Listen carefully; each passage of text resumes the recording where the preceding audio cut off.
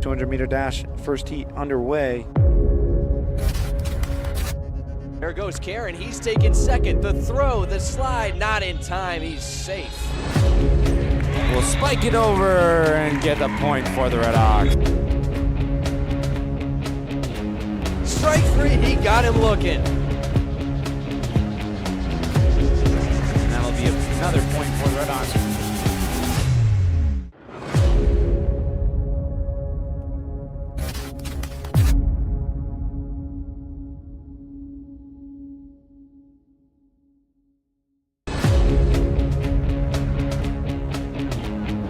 Hello and welcome to Frontier Community Access Television. I'm Mason Smith, joined today by Tom Albert, Ben Roberts, field in South Deerfield in Massachusetts, and we're back here for a very important league matchup for the Frontier Redhawks as their softball team facing off against their rivals, league rivals now, the Greenfield Greenwave. Both of these teams have been really strong so far this year. So strong, in fact, that both are in the top 5 of their statewide division.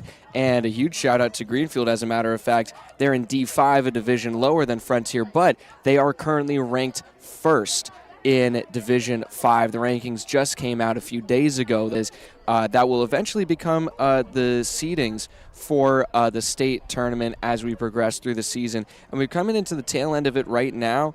Just 4 more regular season games for the Redhawks softball team, just around there for Greenfield, give or take a few. And same for the rest of Frontier's spring sports, Tom. We haven't been able to cover quite as many as we'd like to, but we hit a lot of the really important ones, especially that be able to take home a league title this year, or even share the league title potentially with Turners. Yeah, and something to bring up, Mason, is last year, myself and Ben, we went to the girls' Western Mass first round, and it was a great game that we covered. They actually ended up beating, I think, the #1 seed. Really? It may have been no, I think it was the 2 or 3, but anyways, it was down in South Hadley. It was a great game. I was glad we covered that. And this year, I'm glad we have you, Ben, and Murphy here today. It's like today, like you said, Frontier versus Greenfield, it's always, in my eyes, the most fun games to cover.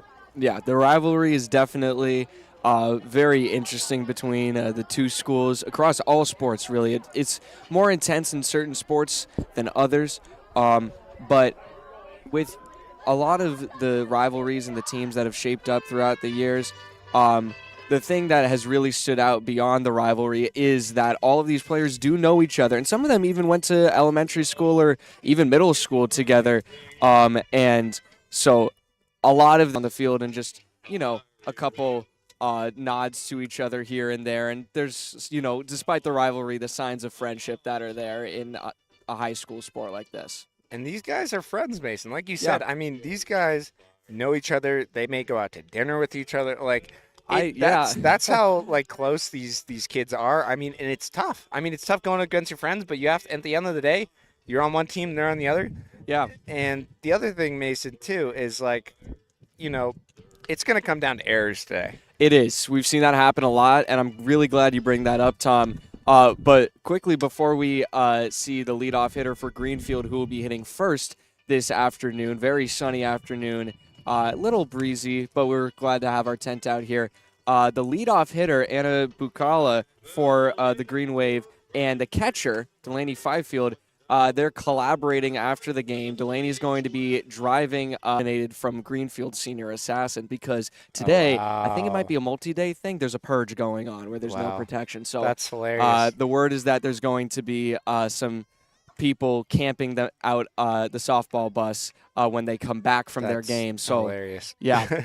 And, hey, you're also having your own senior session. I don't know when your purge is, but it's going to be towards the end of the first round, which should be, I think it ends on the 12th. Wow. Nice. The action starts here with a strike to Anna Bucala from the ace pitcher for the Redhawks, Raina Wanzi, who we've said it several times. She's only in 8th grade. The big cut is drawn from Bucala, and now it's an 0-2 count early on in favor of the Redhawks. Yeah, Bucala had some words from her coach, Ray Dodge, there. But, Mason, what's interesting, too, is this could decide the game right here. because the reason I say that is because with that pitch away, whoever really gets on first during this game could get the bats going, like we saw. Yeah. Even we saw that yesterday with Pioneer. It was them that struck first, and they ended up holding that. Baseman will come up to bat in the 2 spot for Greenfield. Yeah, and the next batter, I mean, Kenzie Pollen, honestly, what I would do if I was Coach D and just intentionally walk her, don't give her a chance at the at-bat, but, I mean, because last time these two teams faced, she hit a home run, so. Yeah. There's a lot of strength at the bats for both of these teams. On fields it, and it's a base hit for Olivia LeMay. Yeah, left center field there, Mason, and nice hit, nice way to get on, and Kenzie Pollen has a chance to make it a 2-0 lead right now. Wanzi's got to be perfect in this at-bat. She's been great so far this season. That's going to be lined out sharply and will drop in center right field off the wall. Michon throws it in, and it's going to be overthrown. Ponzi was covering home plate, and now that's 2 runners on, both in scoring position for the Green Wave. Yeah, the double there, I mean, Pollen, guess what, Mason, an overthrow Greenfield. Whoa. And Frontier was the 21st seed up against Greenfield, the 1 seed. Wow. And Frontier lost that game 11-1. But it did go seven innings, and it was the pitcher for Greenfield was Kenzie, and the pitcher for Frontier was Taylor. Wow. So this game kind of has history, Mason. I mean, these two teams don't face in the playoffs much anymore, you know, with the new seeding and stuff. Yeah, and they're in different divisions now. It's kind of sad almost. I mean, these two teams, it's fun when the teams face in the playoffs. I mean, look at the Greenfield boys baseball team last year. Made it to the Final Four. Yeah. So you never know. Yeah, I mean, it's definitely a rivalry that has a lot of history here in this area for us. And on top of that, I mean, it's like I said before, Tom, it's in every sport. Yes. Really every sport, whatever. Except for hockey. Except for hockey, because we co-op with hockey. And with just any sport besides that you can name, people are going to show up just because we're playing against Greenfield. I mean, look at the fans. We got a fan section all the way down that way. We got a fan section all the way down the other way. We got a student section. This is great. Yeah. This is what you want to see at a softball game. And there was a big crowd yesterday at the Pioneer baseball game. And yeah, that's what happens with the local rivalries. Pioneers, you know, Pioneers a fun game. Turner's, that was fun. Oh, Turner's is really the only rivalry. Well, I guess there's 2 rivalries. I'd say girls volleyball and softball are the rivalries that Frontier has with Turner's Falls. Our cart's getting moved right now. It was in the way. So back on the field, we have the Redhawks batting for the first time in the bottom of the first. It's going to be Ashley Taylor in the leadoff spot. On deck, Skylar Steele, and in the hole is Delaney Fifield. All fantastic hitters for the Redhawks, but leading off is Taylor, who faces a strike on the first pitch. She's batting a .318 right now. And something I learned from softball, Mason, is, you know, they do have off-speed pitches. It's just, it's different than baseball because of the spin and the other arm throw. So delivery from Pollen, going to be popped up, and the first out is away for Greenfield as it was popped up back to the pitcher. Now will be Skylar Steele.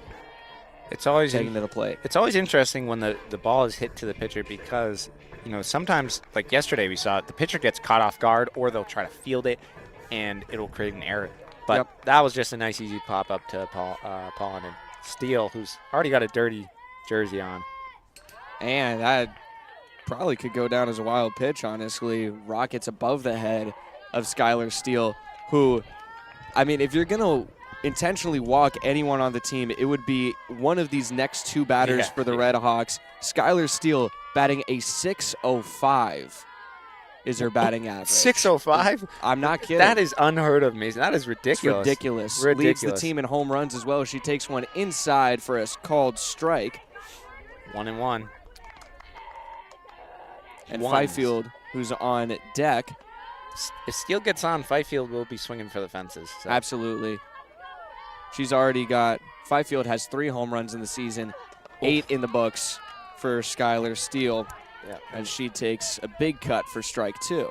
What Steele did there, Mason, she actually pulled her head. She was a little ahead of the pitch.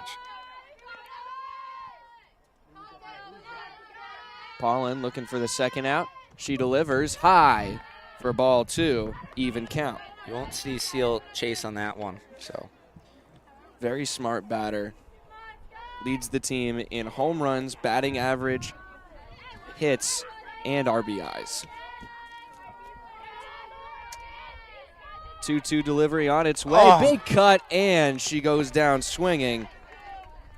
Looked like it rose as it came to the plate. A rising fastball, Tom. yeah, and it's as a hitter, I will say that is the hardest thing. High pitches, you want those because guess what? They're at eye level. Yeah. That's why a lot of batters will go for them as well. And so now we'll see the third batter in the roster for the Redhawks, Delaney Fifield, the catcher, who takes strike 1 down the middle. Nice pitch. Fifield now seen it, so. And if she gets on, Mason Machon is on deck. 0-1 count early on, 2 outs away for the Redhawks. That one's going to be fouled into the top of the backstop. Now an 0-2 pitcher's count. These teams, as you said, Tom, already faced so far this year, and Greenfield has become one of just 4 losses for the Redhawks this season. They lost to them 16-4 was the final score. And I heard that game against Turner's away, they also lost. So yes, so Frontiers lost to Hampshire, Greenfield, Wacona, and Turner's was their most recent loss. But they're coming into this game off a 3-game win streak. They need to win this one, Mason. Absolutely, as Fifield keeps herself alive, taking a cut at the pitch. She fouls it into the backstop to no consequence. And the thing, too, is, Mason, if they do not win this one, it'll be interesting how it affects them in the power rankings. I mean, you're going up against D5, the best D5 team right now. Yeah. So, as the wind's picking up. Pitch delivered and struck her out swinging. So 2 swinging strikeouts for Kenzie Paulin. 3 up, 3 down for the Redhawks, and they need to get their pitching and defense going in the second inning, Tom, after it was a bit of a rough start for Wanzi and the Redhawks in the top of the first, where they barely escaped out of a bases-loaded situation with a grounding into a double play. That was from Megan Collins who hit into that. I mean, good thing, though, Mason, they got out of it. I mean, they made the right play. It was from Skylar Steele. You know, it did load the bases, and it set up the double play, but definitely worrying when you have a hitter. Anyone in Greenfield's order can hit the ball well. Yeah. But they do have the bottom of the order coming up. So when we come back, it will be Bianca Reynolds, Madison LeMay, and Grace Lowry who are up to bat next. That is the top of the second when we come back from a quick break. You're watching Frontier Community Access Television.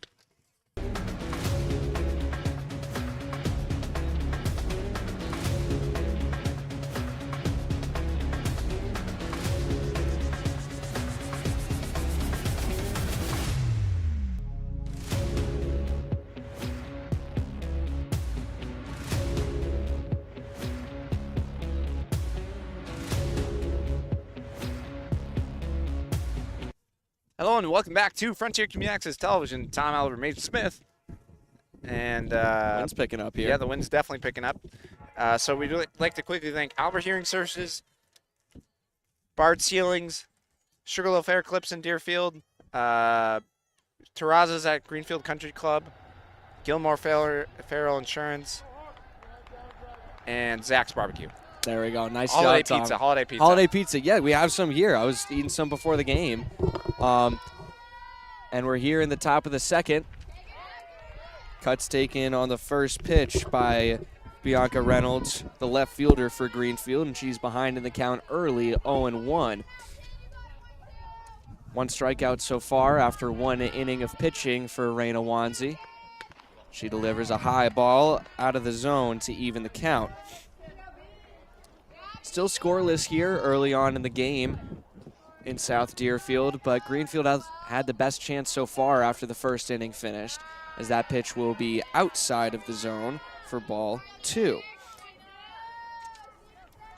Wanzi coming into this game with 59 innings pitched so far, the main pitcher for the Redhawks, and delivers a called strike to even the count at 2. She's also pitching a .439 ERA. For softball, pretty good, especially high school. Softball usually a little more high scoring than baseball is, and she struck her out swinging on a rising pitch at the plate. That's strikeout number 2 of the day, Mason. Second inning of the day, and the second time that she's struck out the leadoff hitter in that inning, by the way. Yeah, and I mean, hey, that's good job. You're seeing the good job from Reyna at a very young age, so. Contact will be made over to Campbell at second, and the easy out at first as the gap was closed. And honestly, I think it goes to show Coach Gary Dean, he's been doing this, I think, since he said 2018 to me a couple games ago. So he knows what he's doing over there. Oh, certainly. He probably told his team, hey, let's get the bats going and then let's go play some good defense. Defense has been the deal breaker for a lot of games here in the spring for the Redhawks. Grace Lowry takes a ball on the first pitch, a little low there. Yep, 1-0. Wanzi's delivery on the way. Big swing and a miss for strike 1. I mean, Wanzi's, she knows what she's doing out there, so. Yeah. Schreiber at third playing a little bit closer to home plate, and another big cut. Foul tip was the motion from the home plate umpire, but it goes down as strike 2 regardless. Payoff pitch, Mason. 1-2 delivery on its way, and contact made past Campbell and to Michon in center field for a base hit.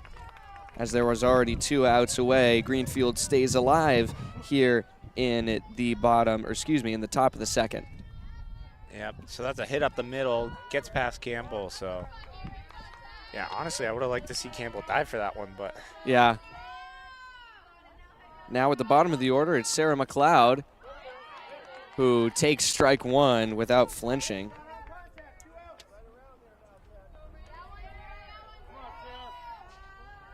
I mean, you don't want to get back to the top of the order, Mason. No. Lowry, the runner on first. Swing and a miss for strike 2, and safe. So close. Is the call. Very close play. It was a good throw from Fifield. If she didn't get her hand back in time, she would have been out, Mason. Yeah, she got her hand back to the bag underneath the tag of Pinardi at first. Good job by Fifield keeping her honest at first. Here's a 1-1 delivery. Popped up foul over the backstop for strike 2. Yeah.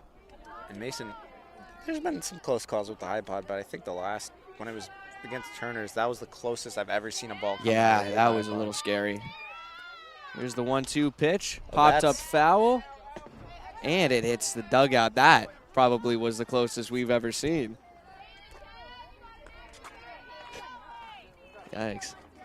Yeah, I don't want to speak it into existence. No, Here at maybe we should stop talking about it. I mean, here at FCAT, we're good 1-2 again. Whoa. And it goes underneath her feet. A wild pitch will prompt the base to be taken at second, and the throw down to second from Fifield is spot on as Steele throws it back to the mound. And what you saw there from Steele is what you're taught as an outfielder to do, or infielder. You block the ball with your body. So Good job from her. Here's the 2-2 now. That will be another ball. Gets past Fifield, going to third, and no throw this time. I think it's either 2-2 or 3-2. 2-2s. Twos. Thank you, Ben Roberts.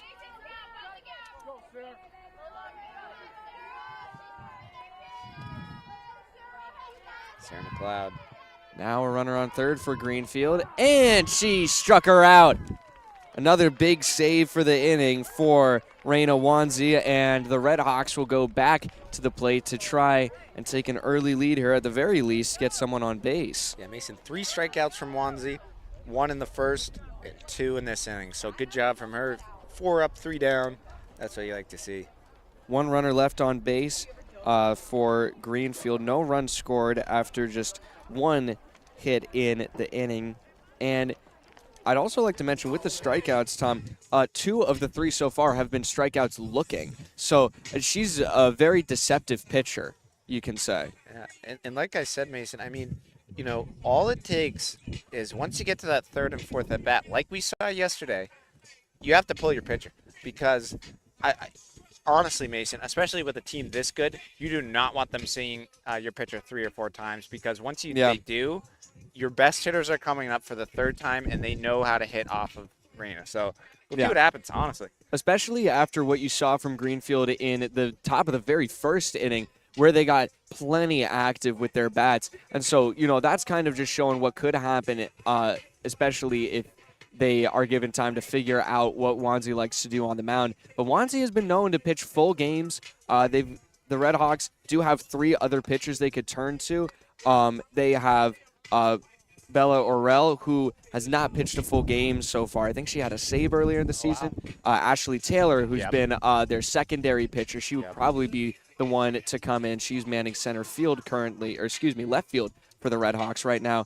And Liv Michon is marked down as a pitcher. She's not pitched so far this season, but she's at the plate right now to lead off the bottom of the 2nd inning for the Redhawks, Tom. Yeah, and if she had to come in a tough jam, you know, say Taylor's resting and Wanzi's rest needs to gather, I'm sure Michon would go in as Murphy's. He's running back from the outfield. Yep. So Michon, we've seen her bunt. Well, I wonder if we'll see that here today. Pretty solid hitter regardless. Pretty fast pitch taken. Wasn't necessarily talking about the speed, but she pitched that right as Michon stepped into the batter's box. It will go down as a ball, though. No motion from the official. Wind up and delivery, and that will be low as well. 2-0 the count. Yeah, I mean, these two, you know, Michon versus Pollen, this is a battle back to 7th or 8th grade. So, yeah, that's the other thing about this rivalry. All these players have seen each other for years in a row now, as that will be a strike called right at the numbers against Liv Michon. Yeah, me and Ben Roberts are holding the tent down right now because we do not. This is a brand new tent. We don't want to lose this one again. Yeah, the last softball game we tried to cover me and Mason. That one's going to be chopped over to 3rd, hits up into her chest, throw to 1st, not going to be in time, and Michon is safe for a leadoff base hit. And like we just said, Mason, she's got speed on the bases, and up to bat now is Reina, so. She's, well, as you're talking about speed, she's not really known for her speed on the base path. Kind of her main flaw in as a softball player. Other than that, she's just been outstanding this whole season. She does have 1 stolen base, though, marked down on the stat sheet, so I'll give her credit for that. But she's at the plate now. Pretty solid hitter as Michon will take 2nd, standing up. Not even sliding, wow. So that's crazy, Mason, because now Reina, who's a good hitter,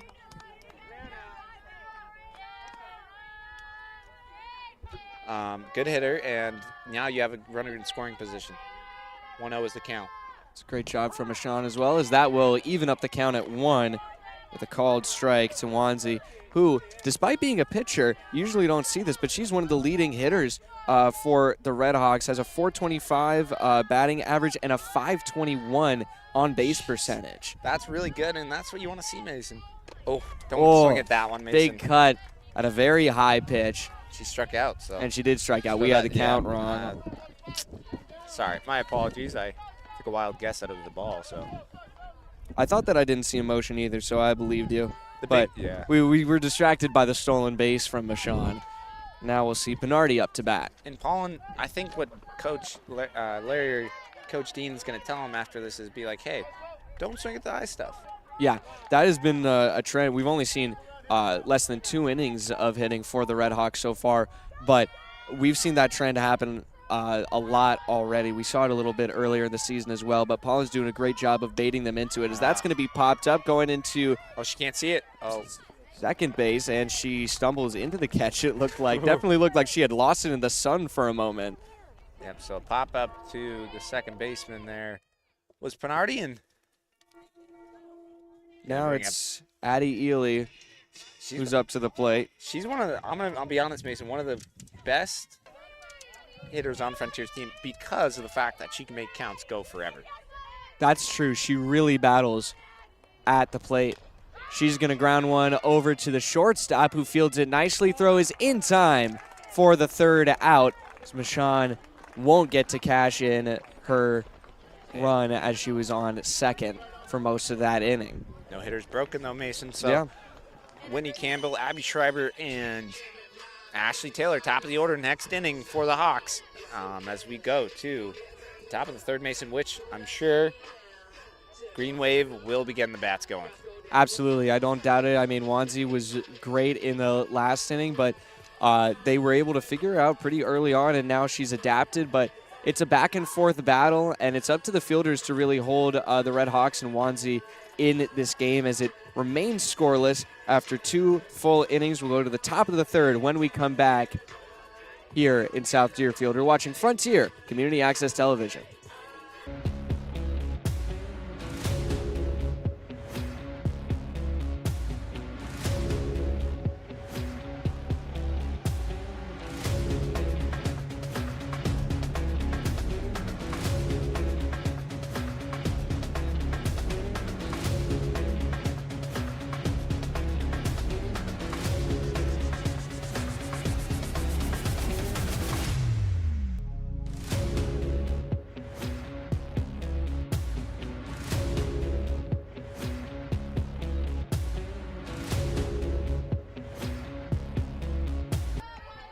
Hello and welcome back to Frontier Community Access Television. I'm Mason Smith, still here with Tom Albert here at Zabick Field, Frontier Regional, where it's 0-0 the score. Hit out to left field, and it's going to drop foul.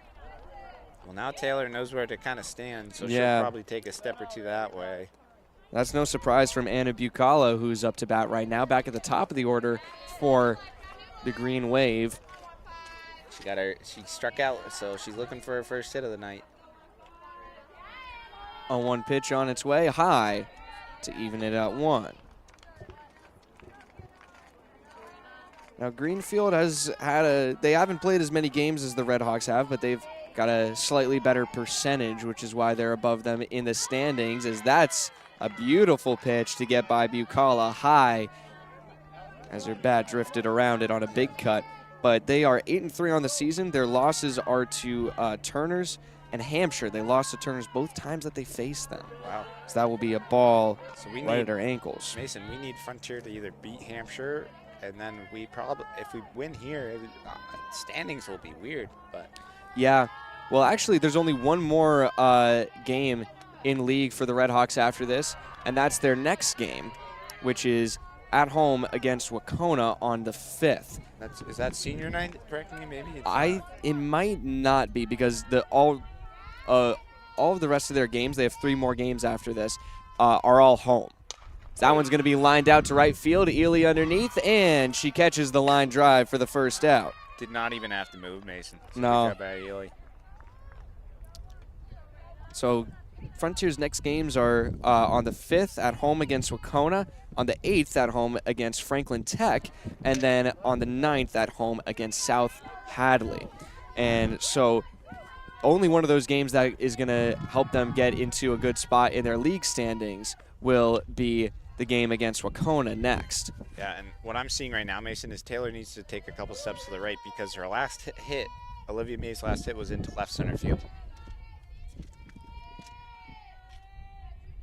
1-0 the count. It'll be 2-0 now. It seems like Wanzi having a little trouble to pitch to Olivia LeMay right now. There's 2 LeMays on the team, by the way. Olivia LeMay, who is on third base, and Madison LeMay, the catcher. This one's going to be popped up, foul territory. Fans got to watch out, and it doesn't hit anyone, luckily. That'll be the first strike of the at-bat, though, after contact was made. And the wind continues to pick up here.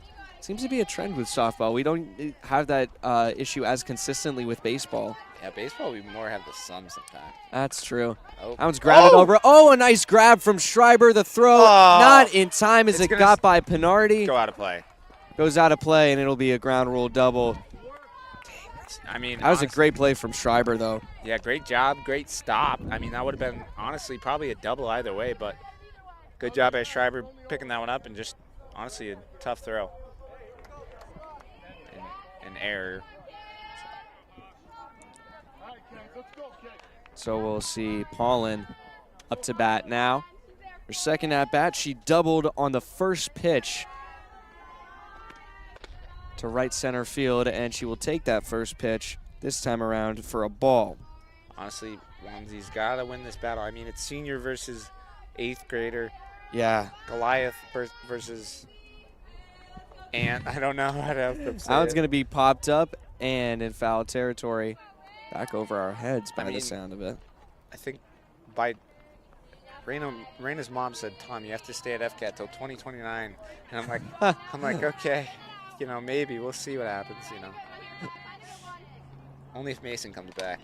Line drive center field. Michon with the grab, and they won't get her tagging up. But a nice job. 2 big plays in the outfield. 2 big lineouts for the Redhawks in this 3rd inning as the bats continue to connect for Greenfield. The defense just stepping up, though, Tom. Yeah, and that's what you want to see. I mean, this team's very good. Defensively, this team has improved a lot over the season. Yeah. And this is what you want to see as we get closer and closer to the end of this season. So, Gloria McDonald's now the batter. She takes the first pitch high for a ball. Yeah, every game we do, Mason, could be our last one we call together. So. That's true. I mean, with so many softball games happening at home for the regular season, I feel like, you know, we'll be able to see just a few more with us. So that will be a called strike against McDonald. And we recognize a few of these names from Greenfield's girls basketball team, who unfortunately did not fare quite as well as their softball team is. No, they lost a big player, which was... that one's going to be foul for strike 2. Now 1-2 count. They lost a big player, Bergeron. Yes. Last year. Yeah. I can't think of her first name. Amber Bergeron. Amber, that's right. I knew it was an A. And her sister got is still really good. Taylor, yeah, she had a good season. It's just struggling to find a lack of some kind of support around her. Yeah. I think. Oh, that's a great shot. Probably. Center field. Michon is back, and it's over the wall. Looked like she might have had a chance to get it, but was a little off balance if she was going to make a jump. So it'll be a 2-run home run for Gloria McDonald, and that will break open the scoreboard for Greenfield. Yeah, thankfully, it didn't hit our camera. Kind of close. And I mean, it's unfortunate, but Michon also had to be wary of where the wall was. And honestly, even if she got to the wall, she would have had to reach like a foot or 2 out. So yeah, unfortunate for the Hawks. But hey, 2-0, not something to quite worry about just yet. But yeah, they had 1 hit. They broke the no-hitter last inning, so some progress being made with the bats. But probably it's been a bit of an issue for them recently as a check swing is fouled off by Megan Collins, who grounded into a double play in her last at-bat.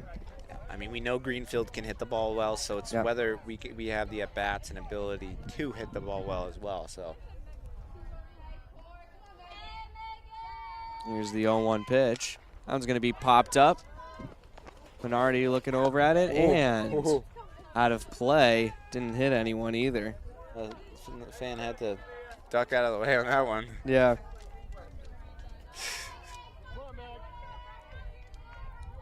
See if Megan wins this battle. She's behind in the count, 0-2. Delivery from Wanzi, and she struck her out with a high pitch again. That is her 4th strikeout of the afternoon. Nice little grab from the umpire right there. Grabbed it behind his back. I don't know if you saw that, Tom. That was no, I didn't. Pretty smooth. And I know one of the umps. I recognize him from when I played baseball. Yeah. So the other one, the guy that just made the play, that haven't seen that quite before. But hey, it's always fun. It's something you can definitely do when you get to like retirement age. And oh yeah, yeah. I mean, you just gotta be careful, Mason. I mean, if anyone at Frontier has talked to Dave Blanchette, I mean that he loves roughing. He's always had it's a tough thing It to is. do. It's probably tougher than what me and you do. Probably, honestly, I mean- especially with just the way that fans have been treating refs, especially in recent years. And there was actually a shortage of refs, especially in the fall season, just because of the level of hate that they were receiving, Tom. Yeah. Oh, God. Here's Murphy. I don't even have my Picture's being boot on. taken right here. Tom's got his sock out. He doesn't have his boot on. Yeah, I mean, I've been on injured reserve for the Yeah. last 7 weeks. I mean, they called for the super senior to come out of retirement, but I just couldn't do it. No. I mean, you just committed. Well, I mentioned in this too. I mean, we mentioned in the baseball game, you committed to your college, and I'm not going to officially announce my commit yet, but it's coming. And It's coming soon. It's coming soon to be, but By the end of the year? we'll see. All right. We'll see. I'll let you know. Okay. I'll let you know. Yeah. Well, But- Greenfield, no surprise that they're hot right now. They've been very hot recently. They've won the last 5 out of their 6 games. They won their last game against Wacona, but they don't really have a big streak going because they lost against Turners the second time that they faced them just 2 games ago. We're in a tough league, Mason. We're in Very a tough league. And then look at the amount of fans we got today. Great turnout as Campbell will take ball 1. Campbell, also one of the dual athletes. I think triathlete. I don't know if she plays a fall sport or not. He But might play field hockey. maybe I'll- soccer. We didn't cover girls soccer too much as a big cut is taken for strike 1. Yeah, I I mean, don't really remember her I'll talk to Jared after. field hockey. Yeah. Not sure. I'm not I mean, sure. of course, you remember her with basketball. Great season that they had. Unfortunate ending, honestly. Very unfortunate. Bourne went on to lose or beat Cohasset and make it to the semifinals. So Yeah. we were within 3 or 4 points, Mason. Yeah, and you know what? I stand by what I said after the game. It was immediately afterwards. I said if Harper Modesto didn't get injured, yeah. that game was in the books for us, and it wouldn't have been close. That will be far and away from just about everyone at home plate. Yeah, I'm stealing you next year for playoffs. Well, I'll basketball. probably be around a little bit for with the winter break, but I mean, I'll be. You won't have a choice. Maybe if the state championships will be out on Long Island, I could go and do it. I'll call you, Mason. I'll give you All a right. call. That one almost hits the top of the shed as it was fouled over the backstop, but not quite. Campbell's one of those hitters that she can hit the ball well. Yeah. If she gets a hold of it, she'll probably get on. She's been struggling a lot this year, though. Lowest batting average on the team, unfortunately, and 0.65 is currently her batting average, as that one will be very far away again. And she's done a great job at this at-bat, though. We'll give her some credit for that. Worked herself to a full count. To be fair, though, her on-base percentage is .265, so just over a quarter of her at-bats she's gotten on base. So maybe not hitting the ball, but she knows how to work her way to a walk. Now she faces a payoff pitch against Pollen, and she strikes out on another high fastball. Yep. So what she did there, actually, Mason, she pulled her head. She just got a little too ahead of it, which is unfortunate. It's hard to do against D1 comp. So. Yeah. And correct, we're in the bottom of the 3rd, right? Yes, we are. Ben Roberts silently nodding his head, as we're glad he's here tonight. Very glad he's back in town. It was just really me and him last year for the spring sports, and Yeah. now it's me, you, and him, me, you, and Murphy. I mean, good to have everyone. You know, Tyler when he comes out. You know, If he comes out. I mean he loves basketball and he loves his fall sports. So Yeah. just like you, Mason, and you, Yeah. I'm forcing you to like the spring sports. Well, I'm enjoying them so far. Exactly. Yeah. The one, check swing. She did go. Now it's a 1-1 count. Signal from Coach Dean. And Schreiber here at the bottom of the order for the Redhawks steps back into the box. Pollen with the windup and the delivery will be a ball low and inside. Yeah, I mean the fan section on our side is going all the way out to almost the tennis courts. So Yeah, on the other side, almost to the track entrance, one of them. So just about to the home run fence on both sides. Yeah. Payoff pitch. Big swing and a miss. And that's strike 2 against Schreiber. Count evens out now. And Mason, as you being a senior, we are always looking for commentary. That's true. Very true. Just made up a word. So commentators. Yeah, it's strike 3. As that will be strike 3, looking this time on Schreiber. That is number 5 by my count. Yep, 5. So 2 down. Yep. For Greenfield, and the Redhawks for the first time will find themselves back to the top of the order. It's Ashley Taylor who, after facing one pitch, sent the second one high back to Pollen for an easy first out. Have fun with 2, Ashley. And that one's going to be grounded Speed. to short. And the throw is Oh! running time. She's safe. Very close call at the bag, but it was a confident call from the infield umpire. I think that's the correct call. I mean, I'm not an ump, so I don't know. I mean, Well, but Taylor likes what she sees. I mean, she's swinging early. that's, hey, like I've been saying all season, the best pitch you're going to see is probably the first pitch. So, Yeah. Or if it's a 3-0. Steele struck out her last plate appearance on a 2-2 count. Pollen facing her for the second time now. Sends it high, and no throw over to first as Madison LeMay looked over at Taylor. Yeah, Taylor also got a stare down from Kenzie Pollen as well. So Yeah. Taylor ready to jump to second base. It's a 1-0 count. And as it looked like Taylor was going to second, it's fouled into the backstop for a 1-1. And what we've seen a lot this game from the Hawks bats, they're getting under the ball. Yes, they are. And Taylor was probably one of the only ones that got on top of the ball. So Yeah, she hit that strong grounder over to short. Her at bat just a few pitches ago. Now she waits on first, looking very eager to get over to second. Already one stolen base for the Redhawks today. Oh, she's that gone. one will get away from the catcher. Second base is taken. It's so hard in softball because of not how far back the backstop is to see if you can take third.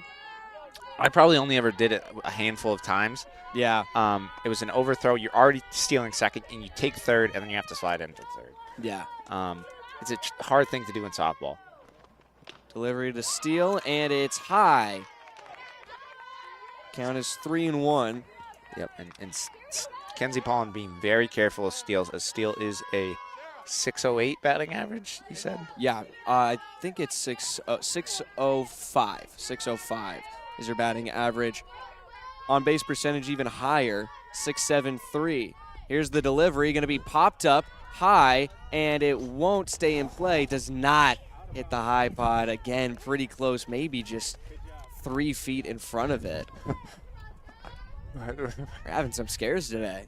Yeah, maybe next time we'll throw the camera up top of the football commentary thing like we did. Yeah. So who knows? No. Yeah. Put the 4th camera up there.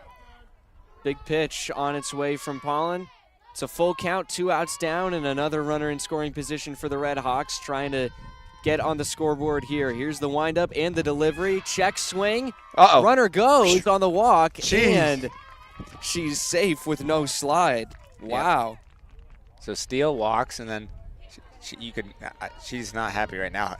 She wanted to get a hit. But she gets the walk, so she's 0-for-1 on the night, and that's going to bring up who but Delaney Fifield, who struck out in her last at-bat, Mason. But Yep. this is the hitter you want at the plate right now. Base runners on first and third. You can expect Steele to take second here, a fast base runner.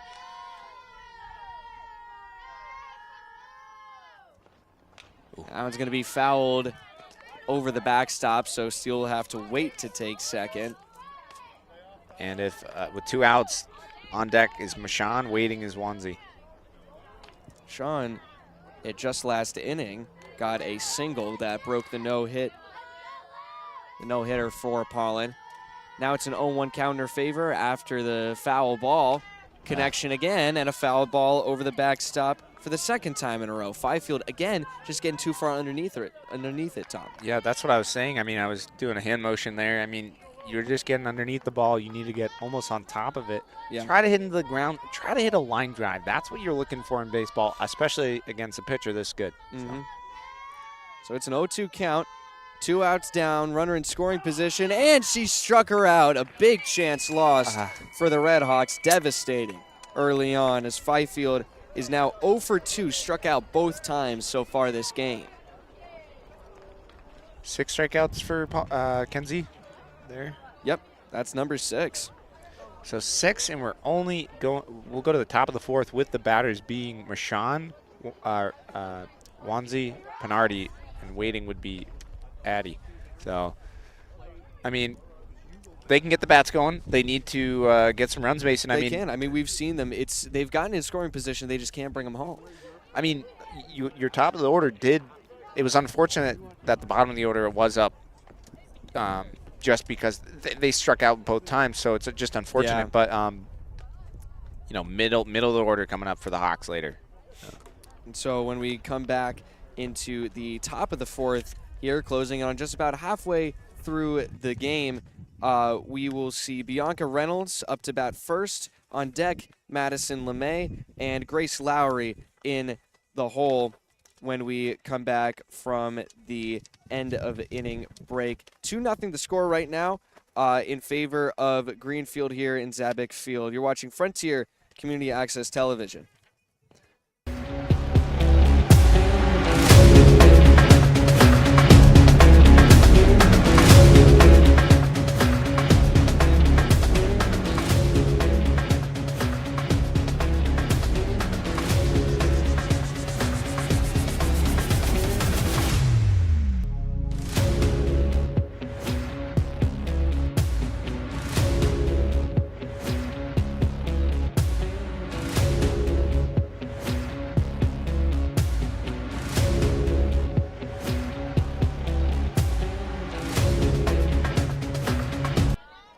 Hello and welcome back to Frontier Community Access Television into the top of the 4th here in South Deerfield as the Redhawks trail the Greenwave of Greenfield 2-0, and a ball is delivered to Bianca Reynolds in her second plate appearance this afternoon. She struck out last time on a 2-2 count, went down swinging against Wanzi, who's still in the circle. She sends this one high for ball 2. An early hitter's count here for Greenfield, and Wanzi's not really going to want to give Greenfield any kind of slack or advantage at the plate with that 2-0 lead already and some pretty active bats, as she will hit one of the corners, the outside one it looked like, for strike 1. Trying to work her way back in the count here. There's the delivery right down the middle. Doesn't look like Reynolds wants to swing today. She went down swinging on this same count in her last at-bat just 2 innings ago. Now here's the 2-2 delivery from Wanzi, and she struck her out again. This time looking not happy one bit is Bianca Reynolds as she goes back to the dugout, being the first out of the inning. Now it will be Madison LeMay up at the plate, the catcher, who is 0 for 1 so far today. That'll be a ball dropping out of the zone. She grounded out to second. That was a play where Campbell at second came over just about all the way to first, actually, to close the gap. That's another low pitch for a ball from Wanzi.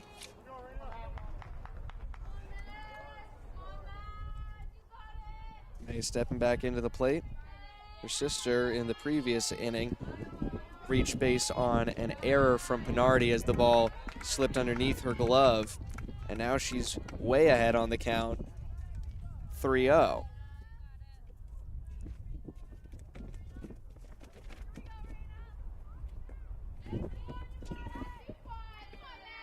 Wanzi back to the stripe, delivers, and walks her. So another leadoff strikeout, and then she walks the next batter up. That will bring us to Grace Lowry, who singled in her last at-bat in the second inning.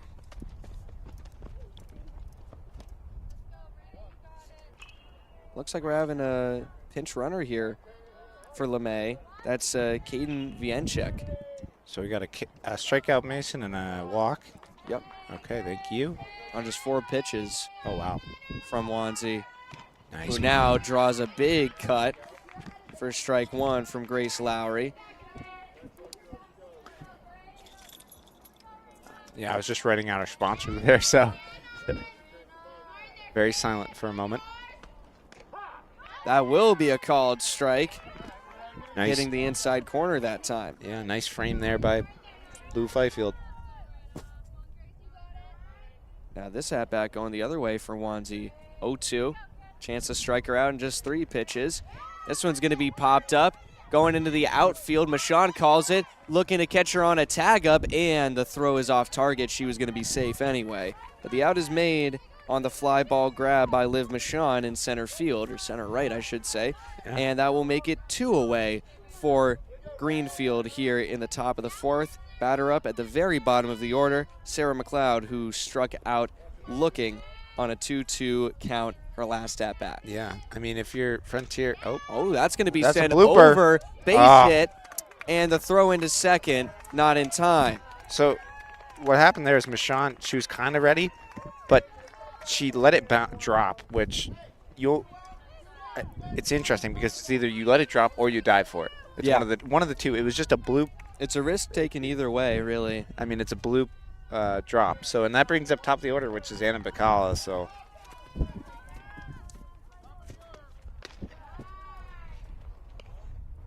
Runners taking some leads, but don't advance on the first pitch was a ball. yeah, and Bacala over 2 today, flew out to right field and struck out in the first. So, Now she'll make some contacts going over our heads. landed on the pavement. 1-1 the count. Yeah, you don't want Olivia May to get up this inning with the bases loaded. So, Definitely not.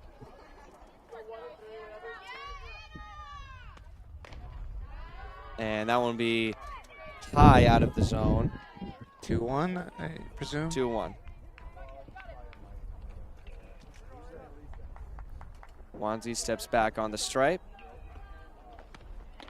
Nice. And gets the called strike to even the count. 2-2. Big pitch incoming, Mason. She struck out a batter on this same pitch count earlier in the inning for the first out. Looking to close it out on the same pitch count. Here's her delivery. It's going to be in the dirt. A good save by Fifield to hold the runners at their bases. I'm not sure if she pitched yesterday, but they had a game against Southwick, I believe, which they ended up winning, Mason. So Yes, they did. Big win, 16-3. Yep. That one will be high, and she will walk her on a full count. Bases loaded with 2 outs. This isn't good, Mason. Not at all. Was it back-to-back walks or no? No, it was It was a walk for the batter that's now on third, and then it was a single after an out was made, and that will be a ball. Yeah. To So Olivia LeMay.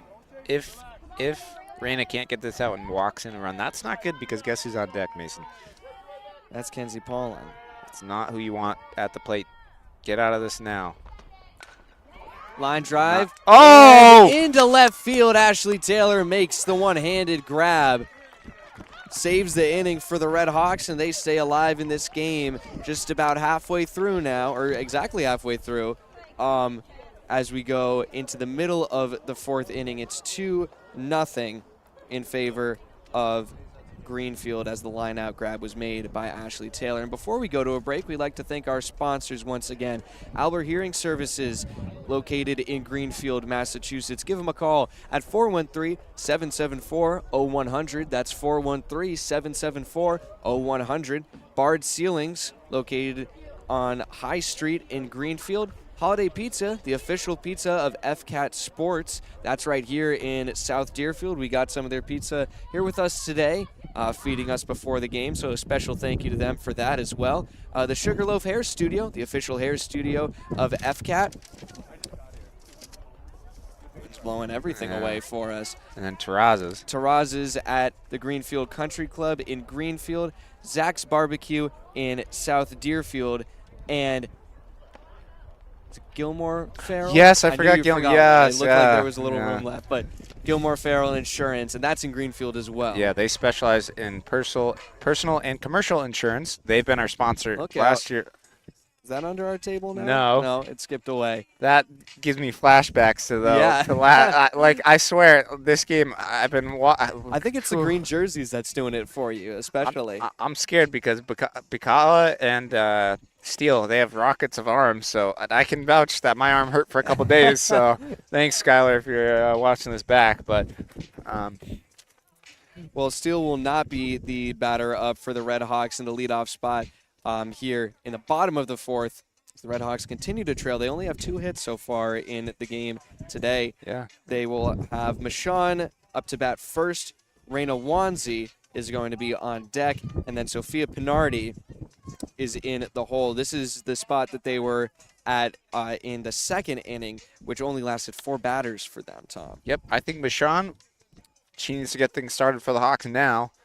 You're midway through the game. You only got so much time left, and after this inning, you have your final 9 at-bats pretty much. I mean, final 9 outs, I should say. Yeah. But it's going to be a tough battle no matter what happens. Kenzie Paulin, tough pitcher to go up against. Oh, absolutely. 3-time state champion. Yeah. Or 2-time state champion. I think 3 or 4-time state Western Mass. Western Mass champs. So. Sure, they'll win it again this year. So. Yeah.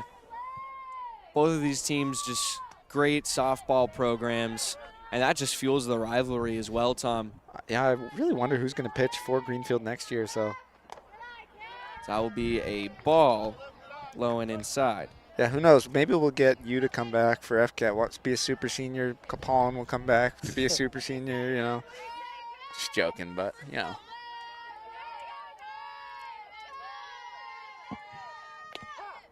That will be a called strike against Michon to even the count.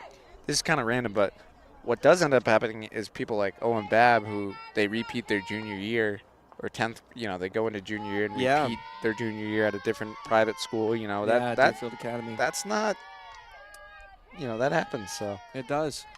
That one's going to be fouled into the backstop. The big one for us was Peter Carey. Oh, yeah, I do remember that. That was a while ago. Another one for you that you'd remember, Kaden Manning. Yep. You showed up to a few of the basketball games in the winter, and, pitch is on its way here, but there was another commit to NMH that I saw recently. That is going to be high and away to even the count at 2. You might remember his name, basketball star, state champion, Braden Thayer. Yeah. At Pioneer Valley, it's hilarious, actually, because I drive by both schools every day coming here to Frontier, and they are directly across from each other off of the main road, as that is going to be a strikeout swinging for Liv Michon. But I'm not even kidding. You're going down the road, the main road, out of the center of Northfield, and you turn right. If you're going out of it, you turn right. It's Pioneer. If you turn left at the exact same intersection, it's going to lead you over to NMH. NMH, good school. They steal players from us public schools. And, hey, yeah, most private schools, I don't think they have this kind of thing going on. And if they do, it's not to our level. I mean, not to toot our own horn, Mason, but, Well, yeah, I mean, I think that we're allowed to, especially here in the spring sports we did. Actually, this crew of 4 of us right here won an award. Yes. I think it was actually given to us this year, as that's going to be a called strike on Raina Wanzi. Yep, I finally got mine. It's sitting where I can see it every day. Yeah, it's up in my room right now. That's something you could take to college. Oh, definitely. Yeah. Or at least show to colleges, Be like, hey, look what I won. Yeah. I'm smart, Big cut taken. They're behind it, and Paulin's another strikeout. Yeah. So, now you're going to have Pinardi up. And what's unfortunate, if they do not get a hit, Mason, the bottom of the order will come up next inning. So it'll be the 6th and 7th when we see the top of the order again. Yeah. And so this has been, just a great point for Greenfield. They've been winning the pitching battle all day so far. I mean, Wanzi has been great in the circle, but Pollen has been nearly unstoppable as she pitches another strike. She has back-to-back Ks if you go back into the previous inning. And so she's going for 4 in a row right now against Pinardi. Yep, and I would not be, as the game goes on, Pollen gets, more warm and warm. It's tougher to get a hit off of her, so. Yeah, she's already got 8 strikeouts so far today. She gets another one here against Pinardi. It'll be her 9th. Yeah, I mean, Pollen, I think she's already hit 1,000 strikeouts, so. I wouldn't be surprised at all. I think she did last year, so. 0-2 delivery. That's outside the zone for a ball. The real question is, when will Reina do it? That's true. I mean, it's only her 8th grade year, but she pitched last year as well, isn't that right? Yeah, she pitched last year, and every game we've covered, she's gotten at least 10 strikeouts. Oh, yeah, definitely. And if she hasn't, then it's been close. That one's going to be sent over to left field. Looks like it's in foul territory. Yep. And staying alive in the at-bat is Pinardi. You know what this reminds me of? Yesterday. The amount of cars that were hit yesterday. Oh, my God. That was very strange because we had so many close calls earlier in the season. And against Pioneer yesterday, there was like 3 or 4 that were hit. Like every foul ball over there, it hit a car. Yeah, and we heard a car basically drive into it. Yeah. Oh, that's a contact made again. Pop up on the infield, and the shortstop Yukala is going to make the grab for the 3rd out. So the 4th strikeout in a row doesn't happen for Kenzie Pollen, but she helps lead her team out of the inning in a 3-up, 3-down scenario for Greenfield. They hold on to their 2-0 lead as the defense is staying pretty strong for the Redhawks. They've only let up those 2 runs back in the 3rd inning, and now we're going into the top of the 5th in a moment here. So time running out for the Redhawks to get their bats going, but the defense is there right now, Tom. Yep. Frontier defensively, whether they win or lose this game, they have good defenses. Some of the players are dancing out there. They're having a good time, Mason. Great weather. Guess what day it is? It's May Day. It's May Day. May Day, so great. We're getting closer and closer to nice weather, and I would like to mention May 13th, we're going to need all hands on deck. If you want to come help us for a track meet, please, please let us know. Yeah. As Ben Roberts just gave a sigh, because he remembers last year when he had to spend like a lot of time. For that, Ben? Yeah, Ben, you're going to be around for that? He says he said he thinks so. Say yes, Ben. Thank you. Anyway, so Ben and Murphy, myself, Mason will all be there. And I even got maybe Miss Record too, so Oh, really? Wow. Yeah. She's not officiating anymore. So Ben's in town. Ben's gonna be there. I'm sorry, Ben. Ben's gonna have to edit for Millennial. So yeah. Again. Anyways, we got Kenzie Pollen up to the plate. So you're welcome for that one, you guys. Yeah. That's gonna be a blast. Just a few feet. It's against Greenfield. It is against Greenfield. There's the rivalry again. We talked about it so much today. It just keeps coming back for more. Kenzie Pollen, the leadoff hitter here in the top of the 5th, as the pitch is high and away for ball 1. She's 1 for 2 so far today. Had that big single to center right on the first pitch of her first at-bat, and then she lined out to center field as that one will be grabbed by Campbell over to Pinardi for an easy first out, making it look casual. Wanze wins the mano-a-mano battle there. Yeah. But guess who's up? Gloria McDonald, she's 2 for 2 with a 2-run home run. So yeah.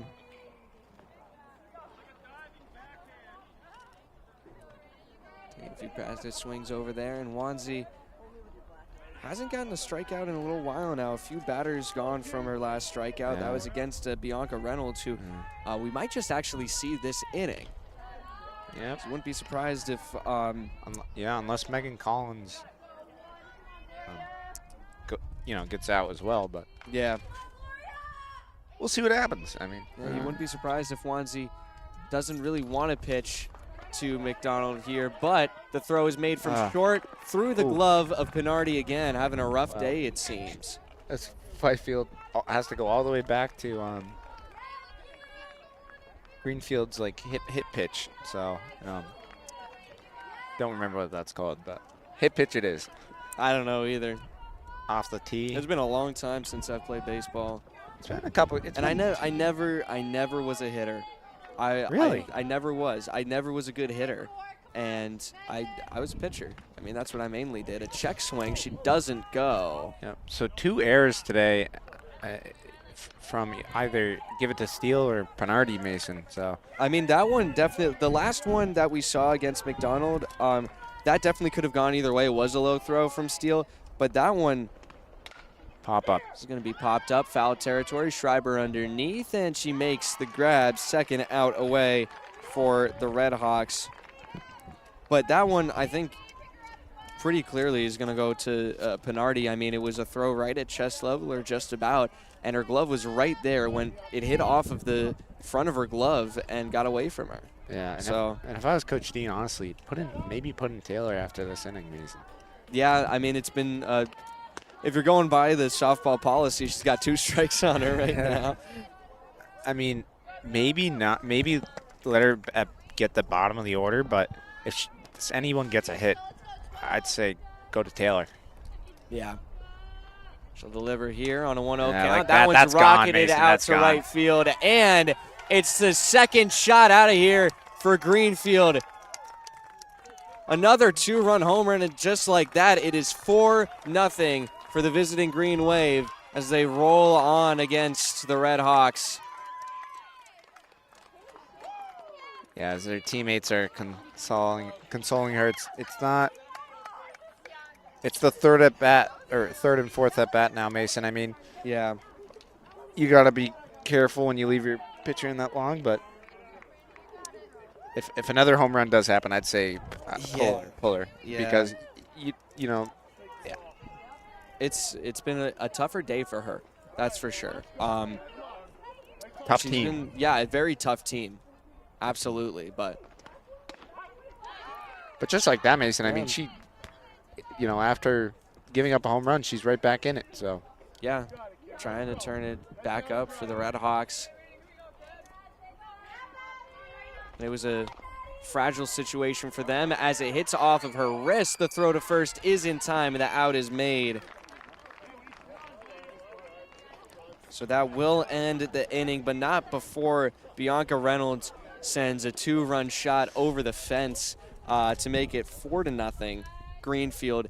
And it was a fragile situation is what I was saying before for the defense for the Redhawks, Tom. They were holding their ground for a couple innings, but they give up another 2 runs as the big connection is made off of Wanzi's pitch again. And so it comes back down to the bats, and they just can't seem to get them going. bottom of the order coming up for the Hawks too, Yeah. I believe, Mason. So correct me if I'm wrong. It's either, I think it's Penardi or Ely up, or L, I should It's say. Ely first, and then we got Okay. Campbell and Schreiber Yeah. to the bottom 3 of the order. Yep. So I have a feeling Addie, she'll have a long at bat, hopefully.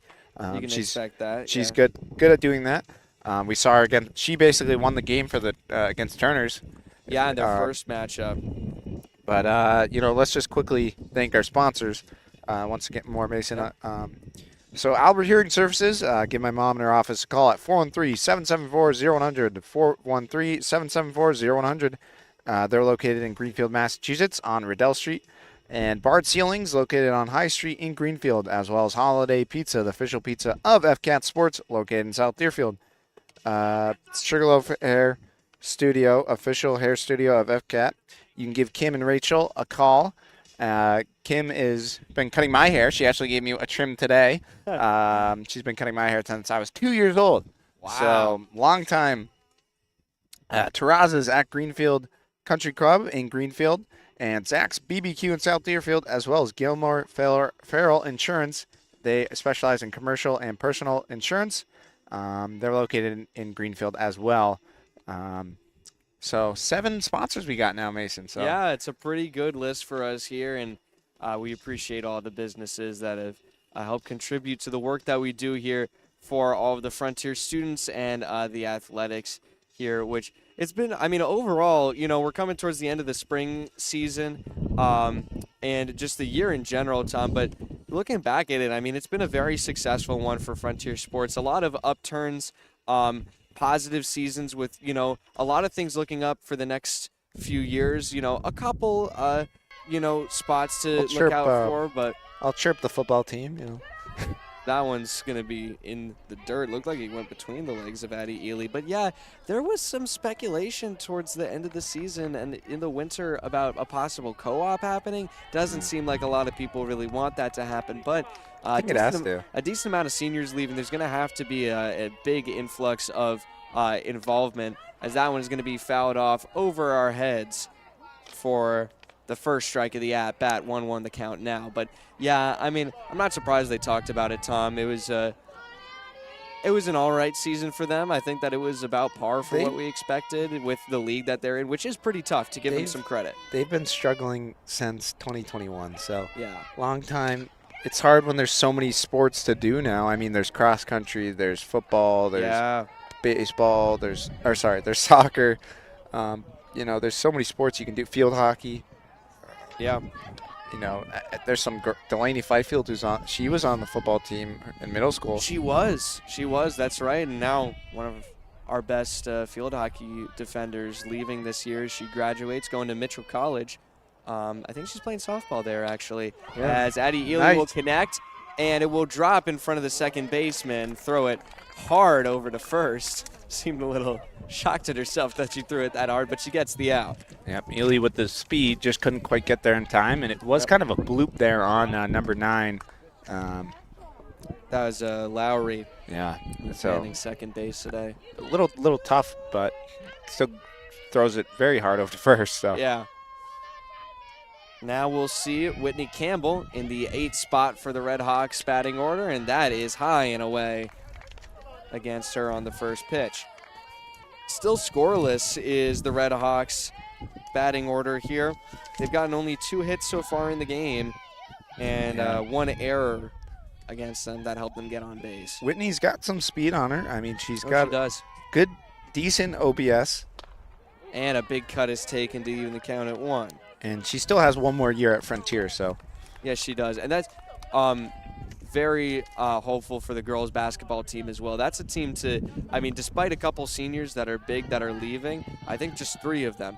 But they've got a lot of players, especially young players, that have really been stepping up this year, as a bunt is shown by Big Campbell. 3, I'd say, or Big 4 almost, is names that just coming to me now. Whitney, good 3-point shooter. You have Addie Harrington, Skylar Steele, Harper Modesto, and Jazzy Hayes. That's a good starting 5 right there. Yeah, absolutely.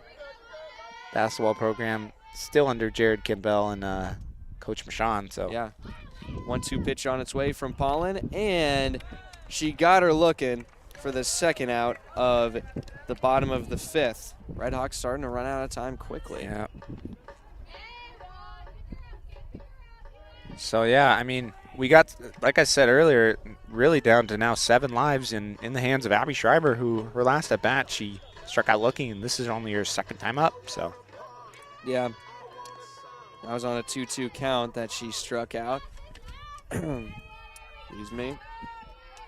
Pollen winds up, delivers, and it's going to be fouled into the backstop for the first strike. Just under the ball and a little ahead she is, so she fouled that one back. The boys team, they're against East Hampton away tomorrow, I believe. So yeah, it's been a rough year for East Hampton as well, as we have a stoppage of play. Is there a conversation? Some sort of balk thing?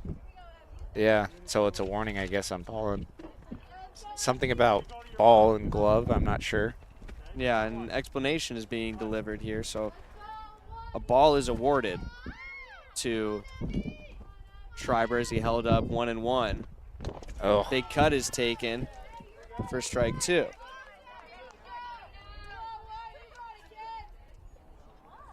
I think the only reason the ball was awarded was because there's no runners on. So some penalty in some way had to be attributed. So I'm not exactly sure. Here's the delivery. High. Ball 2. I'm not sure what the pitch count for Pollen is, but I know Raina's is probably a lot higher. I was going to say the exact same thing, Tom. I mean, I think the other thing about softball is they can go much farther into games and pitch counts than baseball. It's a little less wear and tear on the arm and especially the elbow, than baseball is. Here's the delivery, low in between her feet, and now we got ourselves a full count here. Yep, 3-2 full count. I mean, I always say it, Mason, base hit, ball four, that's what you're looking for. Yeah. Pitcher, you're looking for the strikeout. I think she's already in double digits for strikeouts today. I think she's hit 10. I wouldn't be surprised. Paulin with the payoff pitch, and she got her swinging. 3 up, 3 down once again in back-to-back innings for Greenfield. They continue to shut out the Redhawks as we will go into the top of the 6th inning when we come back. It's 4-0 right now.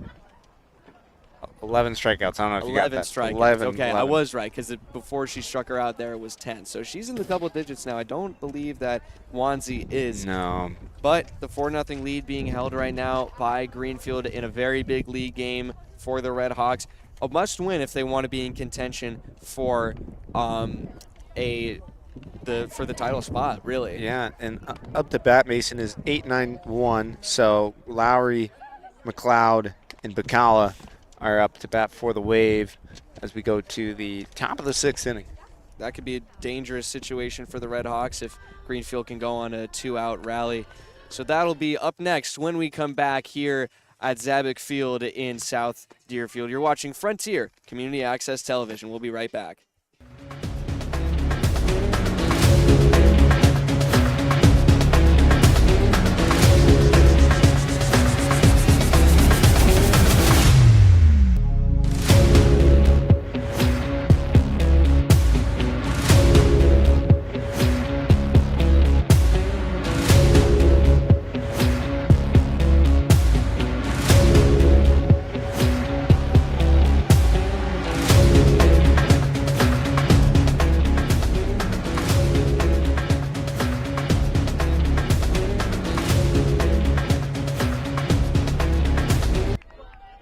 Hello and welcome back to Frontier Community Access Television. Coming into the top of the 6th here in South Deerfield as a ball is delivered to Grace Lowry here at just about the bottom of the order. She's in the 8th spot this afternoon for her Greenwave. She'll take a high ball 2. And this would be an inning where you wouldn't be surprised to see Taylor come into the circle. We might have a little stoppage as the warm-up happens for her. I'd let her face the bottom 2, and then The grounder is dead ball. foul, hit off of her foot. She's walking it off a little bit. Yeah, Mason, like I was saying, I'd let her face Lowry and McLeod, not Bacala again, because Bacala, that's the 4th at bat. I mean, Yeah. We'll see what Coach Dean does because, I mean, I would honestly, you don't want to leave your ace in for too long, Mason. Yep. That's going to be fouled back, strike 2. Especially against a good hitter like Bacala, so. Yeah, absolutely. Who right now is, well, she's been struggling a little bit today, but she's shown some signs of serious threat if she can get a handle on the ball. She walked in her last at bat and flew out to right field to Addie, so. 2-2 delivery, grounded sharply over to Steele. Big hop, the throw over to first in time with a casual stretch from Sophia Pinardi for the first out of the inning. I mean, if she can get through these 2 outs, maybe face Bacala, and that's about it. I wouldn't go much further than that. I think that if there's 2 outs down and Bucala's up to bat, I'd probably keep her in, see if she can retire the inning. But beyond that, I think that she's been getting pretty high up in the pitch count beyond anything else, Tom. Yeah, Mason, I mean, we'll see what happens. Just got to be careful, you know. I mean, Yeah. we're at the high school level, so especially an 8th grader that's as good as Reina is, you know, you want her around for a very long time. So. Oh, absolutely, as long as you can get, as that will hit the umpire, actually, off of a foul tip. Didn't flinch at all. Credit to Blue over there. Yeah, Fifield just, it was like clicked right off her glove, so. Not a lot of time for reaction. As the redirection happened just a couple feet in front of her. Less than that, really. And you can see that Reina, she's getting a little tired out there, so. Especially, it's a sunny day, Mason. It's Yeah. a nice sunny day. Yeah. The worst is when it's like June, July, and it's 100 Oh, degrees. jeez. Whoa. It's a nice shot out to center field. Michon underneath, and she makes the grab with the sun in her eyes. So 2 outs away on the fly out to center. And we're back to the top of the order for Greenfield. Anna Bucala, the shortstop, up, as you said, Tom. She is 0 for 2 so far today. Her third at-bat was her previous one just 2 innings ago where she walked. Now she'll make contact on the first pitch. Yep. It's going to be a base hit out to Ely in right field where she makes the stop and throws it in to Campbell.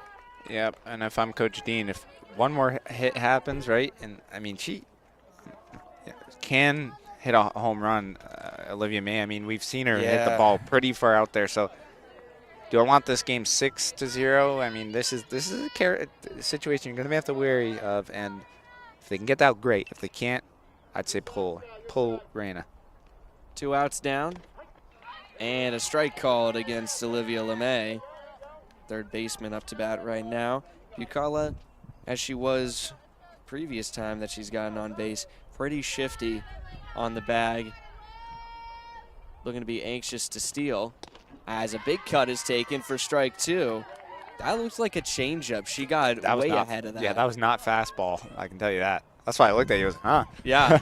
I mean, it's easier for me to tell based on the batter's reaction than the actual pitch, really. Yeah, softball, it's a lot harder. Contact made. That's going out to drop. to right field. Another base hit is made. Back to back. Some fans said pretty ugly, but it works. So that's a funny statement. By the looks of it, it looked like it might be your dad on the Greenfield side of the dugout. He made that comment, and they were smiling back at each other. Oh, gosh, do you want Kenzie Ballin at bat with 2 runners on, Mason? I don't know. It's tough. It's a tough situation for Coach Dean. You want to show the confidence that you have in your starting pitcher, but that one's fouled back by Paulin. To be fair, I mean, Paulin not doing the greatest at bat. She flew out to center. She started off very dangerous. Yeah, double, and then On flew the out first to center. pitch. Yeah, double, flew out to center field, and then grounded out to second base. So yeah, I don't know. Wind up. Ooh, that's a hit. Big strike, yep. And it's going to land in fair territory. Struggling to grab it for a moment was Taylor. The throw is in, and a run comes home. It's 5-0, and I'd go to Ashley Taylor now. Yeah, the Mason. eyes turn to Coach Dean in the dugout, see if he's going to do anything. And it looks like he will. He was checking his roster for a moment, and now he's going to come out and have a talk with Reina Wanzi, as that was a great shot from Kenzie Paulin. Another double for her. This time out to left instead of center. 2 RBI as well.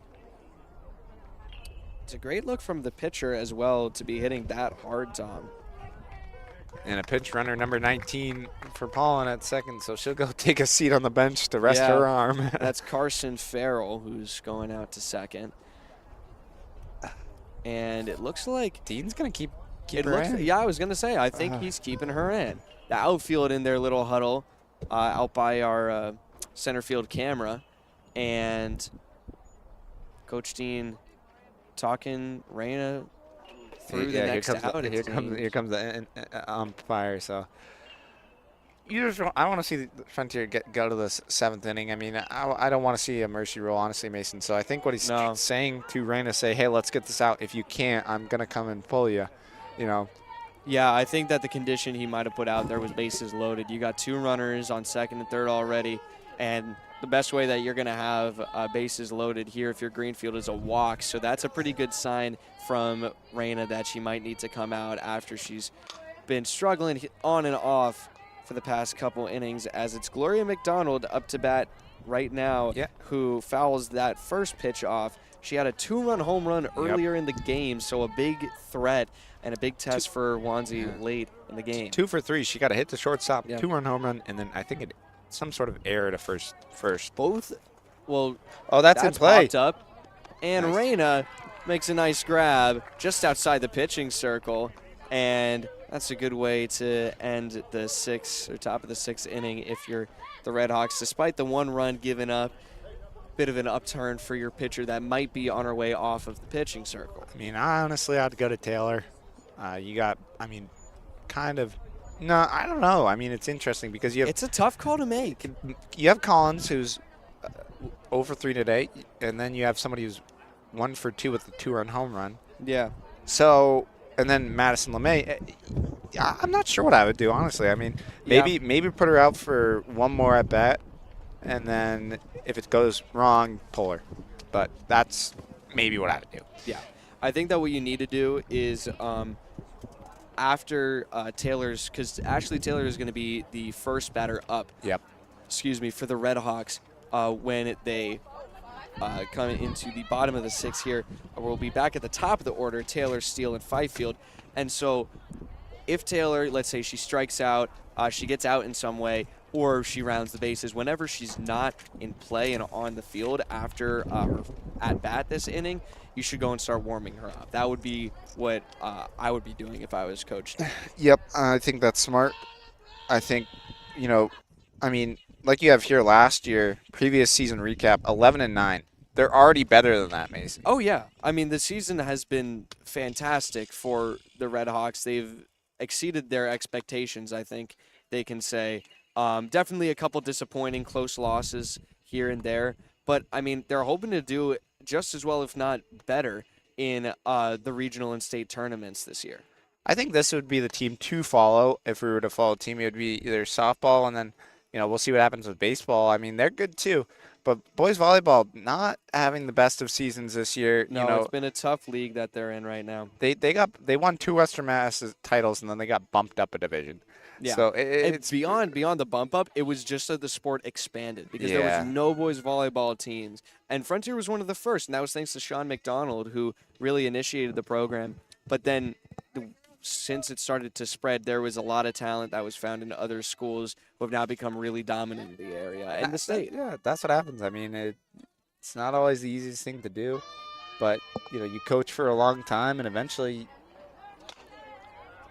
Foul ball going right into the stands, and that almost hit Matthew. Yeah, that hit his leg almost. Looks like it. I think he dodged out of the way. Matthew. Looks like he's all right. I think for the baseball team, he's their GM. So. Yeah, scorekeeper as well goes over to the scoreboard and keeps it updated for us. Contact made again, early. I should say quick. 0-2 count. Taylor. Gonna expect the off speed here, but you never know. Could be a fastball. Yeah. Colin in position without much doubt right now to be pitching a full game. 0-2 delivery, and it's high for the first ball of the at-bat. She'll probably do the same, almost same move, just a little closer to the zone. Try and bait her a little bit more. This is a battle that's been, like I said, back to 7th grade for both these players. So 2 seniors up to facing each other. I mean, like I said, same spot. 2-2 Paulin. This is her 3rd time facing Taylor tonight. So Taylor 1 for 2 so far. She hasn't hit in 2 innings now. Last time she hit was 3 innings ago. So that last time she had a single over to shortstop where she beat out the throw in a close call at first base. But here comes the 2-2 pitch, and that will be a ball inside. Great eye there by Ashley Taylor. Yeah. And I believe she's going, I can't remember where she committed. I should see. This is the point of the season where I'm like, well, I should have this written down next to their names, right? That's the kind of stuff I got to know. And she balked again. Oh, she's not happy. She's not happy at all. It's probably, I think it was on the same thing, which we didn't see. The first base coach was right in my line of sight, so I didn't catch it. But hey, Taylor reaches first base in a vital part of the game. So that's a big break for the Redhawks. And now the coach for Greenfield, Ray Dodge, is coming out to talk to his pitcher. Just going to calm her down a bit, saying, hey, don't worry about it. That runner at first does not matter because you're up by 5. So trying to find FRS class of 25. Let's see this. Yeah, the post on Instagram. And it looked like they were cleaning off the pitcher's stripe. So it looks like it might have been an issue of her stepping off, and they were clearing that up. So Ashley Taylor, who is on first base right now, committed to the University of Hartford for civil engineering and field hockey. Not surprising at all there. She's a great athlete, tri-sport athlete here at Frontier. Plays field hockey, softball, and basketball. But field hockey really is her MO. Steele is up to the plate right now. Very high pitch, pass ball into the backstop. Can't even say a pass ball. That was just a wild pitch. Yeah, I mean, maybe something's getting to Paulin right now. I'm not sure, Mason. I mean, this is. I mean, 2 balk calls against her. Something's got to be going on in her head. Like, I don't know, Mason. I really just do not know. But this is the batter you want at the plate right now. Oh, absolutely. 6:05. Leads the team in home runs. Big cut. Gets past her. Steal a lot of heat. Just a little ahead of it. I mean, try not to crush the ball. Try to hit it in play. That's what I've been telling these kids right now. Like, I mean, Taylor got on from a balk. So, yeah, use that to your advantage. No outs. Got to play it smart. Here's the 1-1 pitch. That one That's is gone, Mason. Gone. Left field. Goodbye. See you later. 2-run shot, and just like that, it's anyone's ball game. Skylar Steele with a 2-run shot to left field. We were just talking about it, and she's going to be mugged at the plate. Home run number 9 for Skylar Steele this season, and it is going to bring Frontier back into this ball game. Steele and the dugout going crazy, and now Fifield's got to get things started with no outs once again, Mason, and we have ourselves a ball game just like you said. Frontier not going down without a fight. Now Delaney Fifield, who is second on the team in home runs, as Frontier is needing some of those big shots, steps up to the plate. Fifield just got to put it in play, Mason. She's had it. Tough at bats. And takes strike 1. Yeah, you're right, Tom. She's 0 for 2 so far today. Both of them strikeouts. One of them swinging, one of them looking. Yep. Now's the time. This is the third at bat, Mason. This is what I've talked about all year, these 2 sports. Oh, that's gone. That's a great spot. Center field. Oh, yes. Jeez Louise, Mason. Back-to-back homers. Have yourself a night, Fifield and Steele. And she's getting some high fives from the infield of Greenfield as well. Oh, what a beauty of a shot. Ball game, Mason. We got ourselves a comeback in the 6th for the Frontier, Mason. Wow. This is great. Woo. And now you got Liv Michon up the bat. Come on, another big hitter for Frontier. She is 1 for 2 with a hit, so we'll see what happens. Back-to-back home runs. I mean, we rarely even see one home run in any game, softball or baseball, as that one is sent foul and not over quite. The fence. No, it came back, hit the it? top of it. Yeah, I saw it fall back the other way. It went one of the way. I don't know. Yeah. So, yeah. 1 for 2 so far today is Liv Michon. Struck out her last at-bat, but had a single in her first. Still no outs, Mason. She's going to take ball 1. Every pitch right. We're both very excited. This is a good game. This is the game you look forward to all year, right? I mean, this is the comeback that we saw happen pretty much against Turners, and that was insane. I mean, this is what you want. Michon being very careful at every single pitch she gets. Not swinging at the away high stuff, not swinging at the low inside stuff. She's waiting for her pitch. Yep. 2-1 count, I believe. 2-1 the count. Paulin from the stripe. She winds up, delivers, and got her on strike 2. A little outside. Hit the corner, it looked like, yeah. Tougher pitch to swing at, but Sean 2-2 count. Got to get on here. Keep things rolling for the Hawks. Struck out on this pitch count her last at-bat, but she won't this time. Works her way to a full count as there are no outs down for the Redhawks. They've drawn themselves to a 1-run deficit.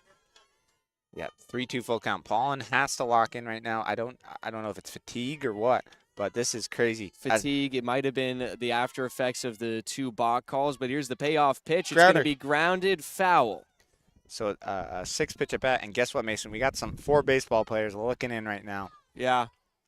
I can't tell. I think And they're going and talking to Matthew, who's coming over and telling him the story of the game over there. 3-5 is what he just said to him.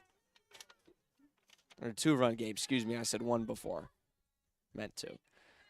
This is a huge at-bat. Mashawn, can she win it? No outs. Can she get her team going again?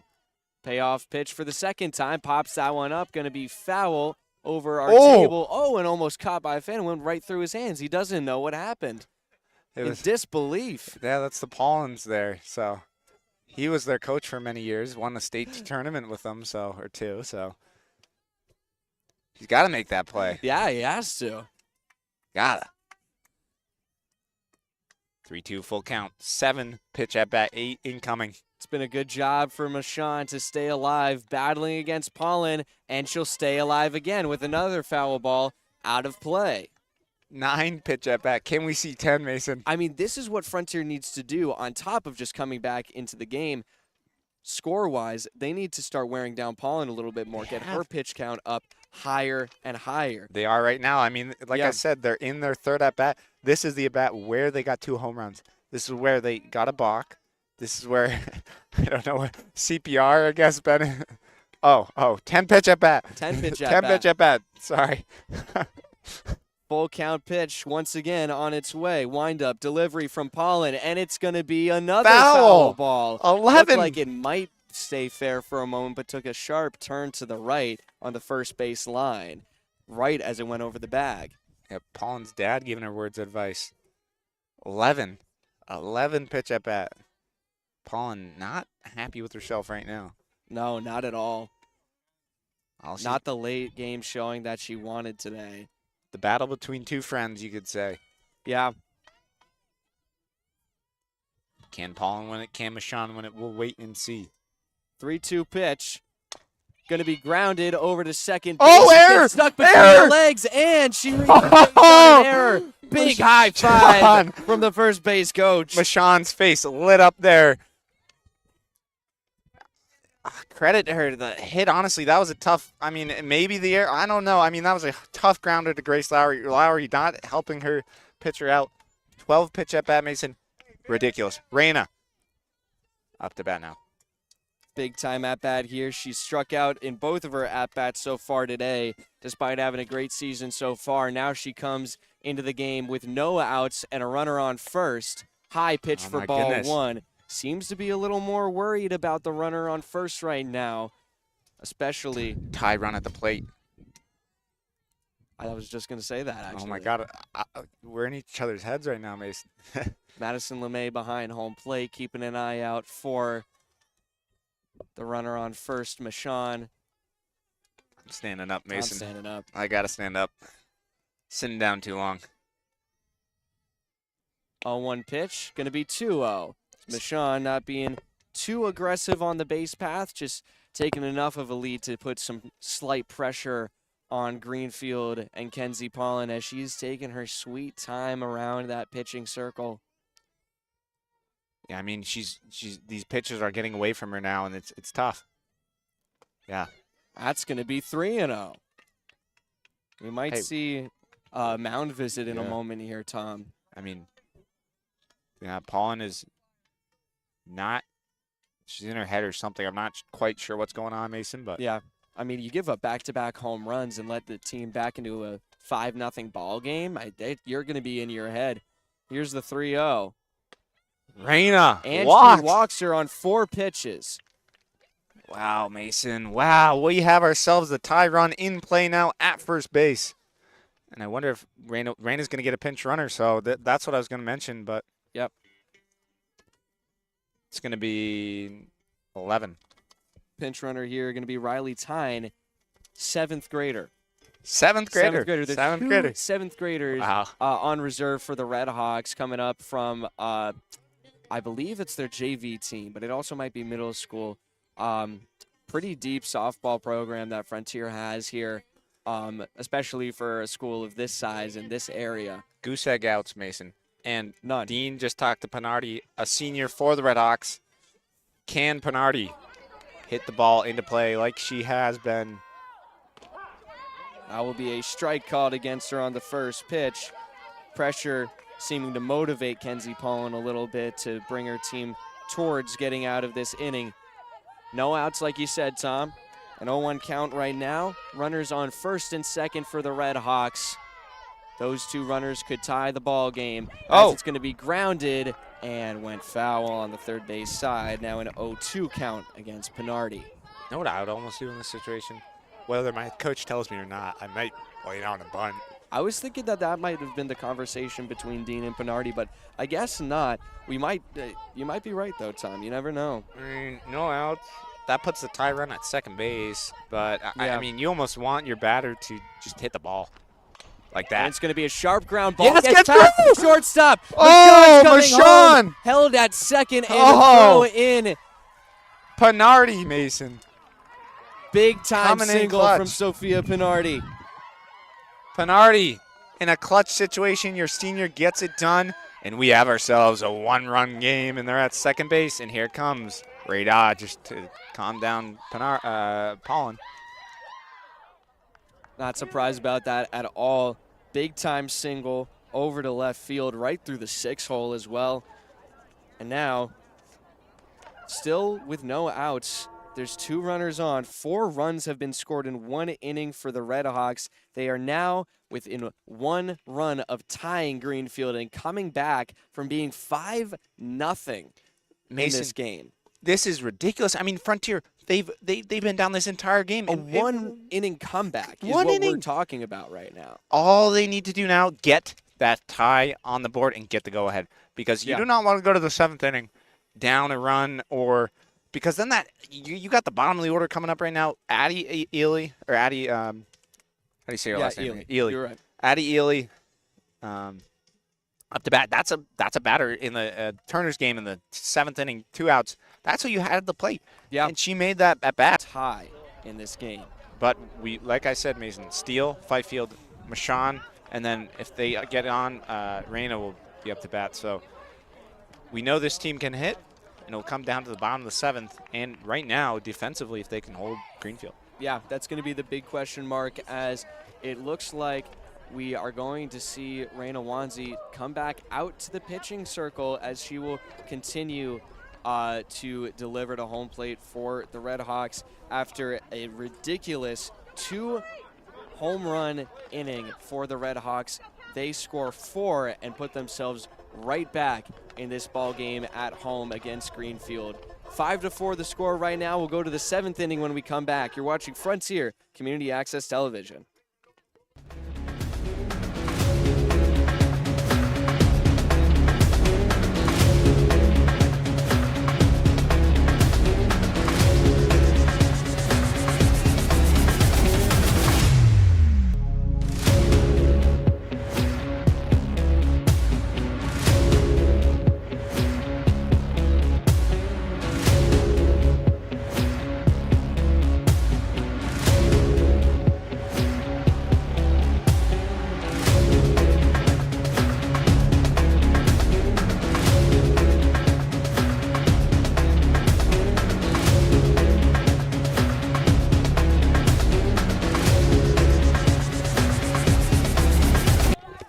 Hello and welcome back to Frontier Community Access Television. A strike is the call against Megan Collins on her first pitch of her 4th at-bat against Reyna Wanzi. We're here in the top of the 7th after the Redhawks made an impressive comeback. Slow ground ball and a tag is going to be laid down by Pinardi to get the first out. She'll end the night unless we go to extras. 0 for 4, so. But she did hit into a double play at the first inning, which if Greenfield were to capitalize on that, could change the outcome of this game. It may not be 5-4. So. Oh yeah, I mean it was bases loaded at that time in the first inning. Big cut taken by Bianca Reynolds. Now this is a dangerous hitter for Reyna Wanzi to be facing here in the top of the 7th.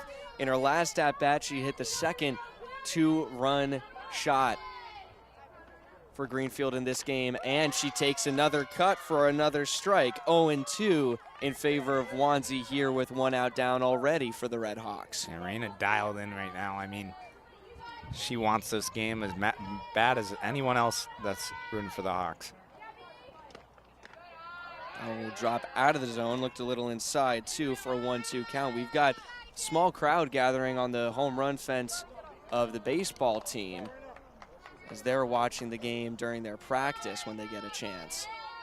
Here's the 1-2 delivery. Nice. And he struck her out, swinging. Another strikeout for Reina Wanzi. Madison LeMay, the catcher, with 2 outs. Strikeout number 6 for Wanzi now. Yeah. In the top of the 7th, 2 outs down. That's going to be fouled over the dugout. I will say, Mason, as we've seen the season progress, though, not a lot of errors.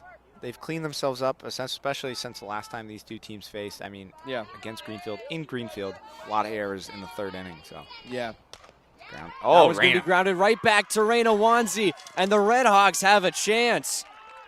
What a way to do it quick. 1, 2, 3. Let's go get the bats going in the hands of Skylar Steele, Delaney Fifield, and Liv Michon. Those are your leadoff hitters when we come back for the bottom of the 7th inning here in Zabick Field.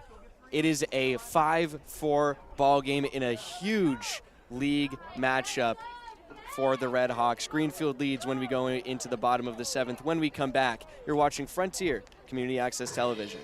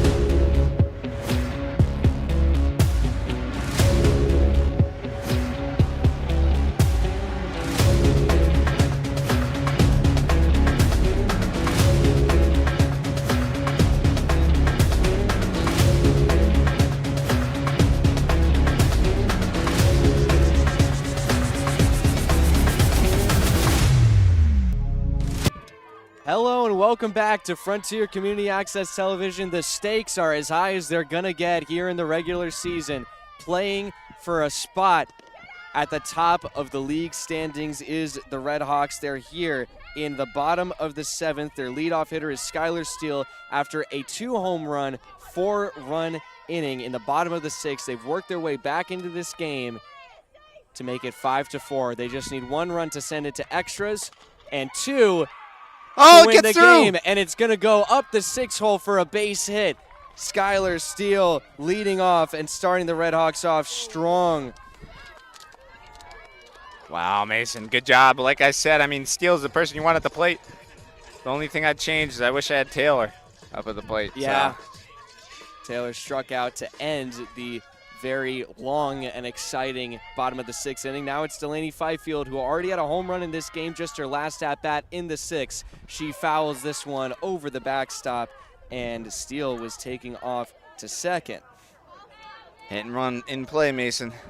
The tying run on first for the Redhawks. Walk-off run at home plate with Delaney Fifield. See if Steele takes off again. Maybe not. A win here for the Redhawks would mean they would tie the conference record of Greenfield as that one is lined out to center dropping field. in. It's dropping in for a base hit. Hits the wall. Here comes Steele. She's coming rounding home. Third. She's coming Might home, be a play Mason. at the plate. Oh! She drops the ball. And it's a tie ball Delaney game. Fifield. In the bottom of the 7th, Delaney Fifield with the RBI double. The Redhawks have come all the way back. Got to give him a nice golf clap where it is. Delaney Fifield, Skylar Steele, just like that. Bada bing, bada boom. That's what they do. And now Mashawn with a chance to walk it off. She's got the walk-off run in scoring position at second base. Paulin with the windup, popped up high. Fifield tagging up, and Paulin makes the grab for the second out. Excuse me, the first out. You saw Fifield, she was like, I'm going to jog a little bit to second and then get back to second base as Ben Roberts doing a little dance over at the laptop. We're glad to have him back. Very glad. A good game to have him back, too. Now, just how you'd want it, Tom. Mano-y-mano. Yep, Here in the bottom of the 7th. Reina, can she do it with one gone? Here's the delivery, and it's fouled right past our 10 for strike 1. One of these days, I'll dive out of my chair and grab the ball. Can Reina do it? Only one out gone for the Redhawks. As of right now, we are going extra innings, but the walk-off run at second base. Going to be low and inside. Fifield definitely thinking about a stolen base somewhere near in her future. And Wanzi has been a great hitter all year. Has 20 RBIs on the season off of 17 hits. 521 OBS, too. And that Mason. Here's the 1-1 delivery. Takes strike 2. Thought it was outside. She shakes her head as she steps out of the box. And you have to thank yourself for these stats, Mason. You work hard, diligently going through Well, other games. not as much for softball. I get this from the Game Changer, but special shout out to them for that. But Fifield, also known for stolen bases, she has 6, one of the fastest players on the team in that respect. Here's the 1-2 pitch, and she struck her out looking. Number 12 for Kenzie Paulin. She's had a great day so far, despite the rough one that she had in the previous inning. And now it's Sophia Pinardi who might just have the last chance for the Redhawks to win this game.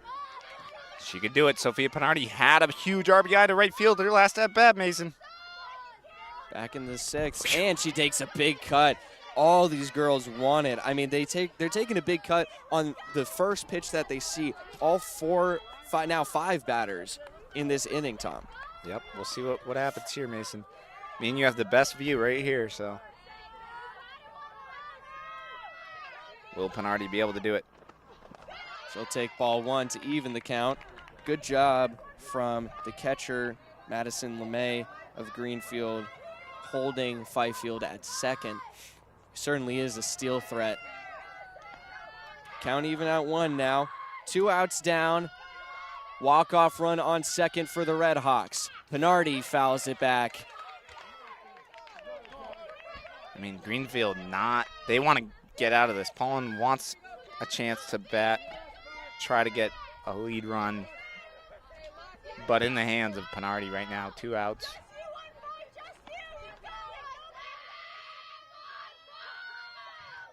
One to the pitch count. Wind up, delivery, popped up, and it lands fair between the legs. And it's a base hit. The Redhawks stay alive. Oh my gosh. No runs come home. Pinardi doesn't even seem to care too much. Doesn't seem to believe it, I don't think. You know what happened there is because it bounced fair and then the catcher fielded it in fair territory. She might have been trying to get out of the way now that you bring that up. Yeah. She was in fair territory and it hit her. It hit her. Addie Ely. Addie Ely.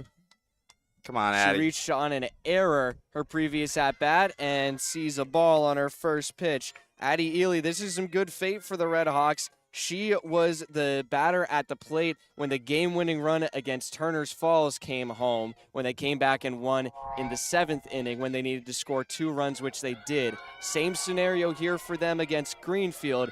And once again, the walk-off run on third. Big cut as it winds up above her bat, and the count's even at 1. High cheese, Mason, high cheese. Took the bait, though. Did take the bait, unfortunately, but hey. Addie can get it done once again in a clutch scenario. Might be praying for another wild pitch as she takes another big cut. 2 strikes down. 1-2 count. Yep. Game-winning run on third base with Delaney Fifield. Will we see extras today, Mason? 2 outs away for the Redhawks. Paulin trying to send it to extras. Here's the pitch, and it's low. Staying alive is Ely. 2-2. Twos. Can she force a 3-2 full count, or will she be able to get a hit? Or will Paulin get the out? Be strikeout number 13 for Paulin if she can get it here.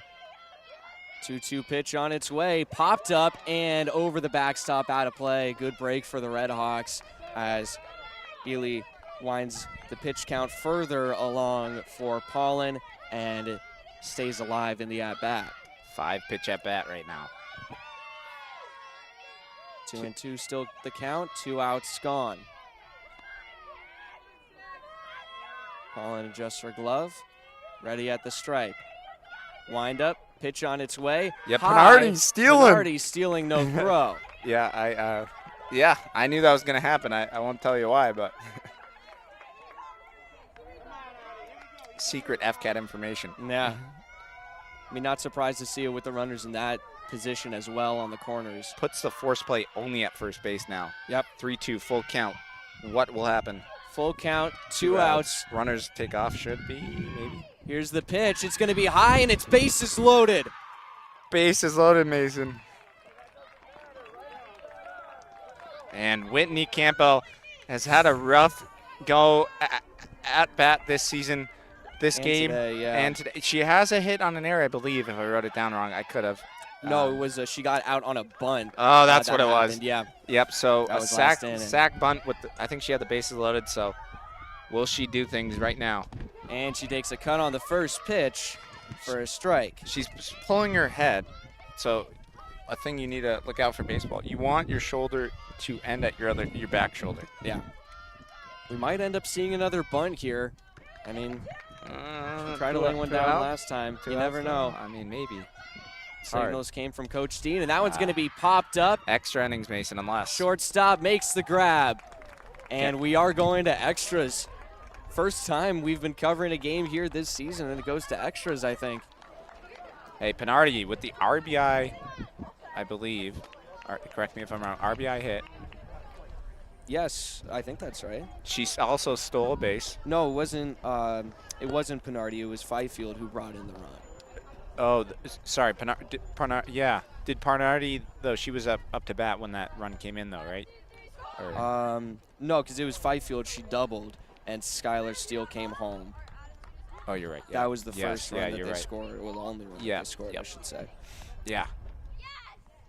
So, in back-to-back innings, the Redhawks leave 3 batters on base. Yeah. Missed runs right there.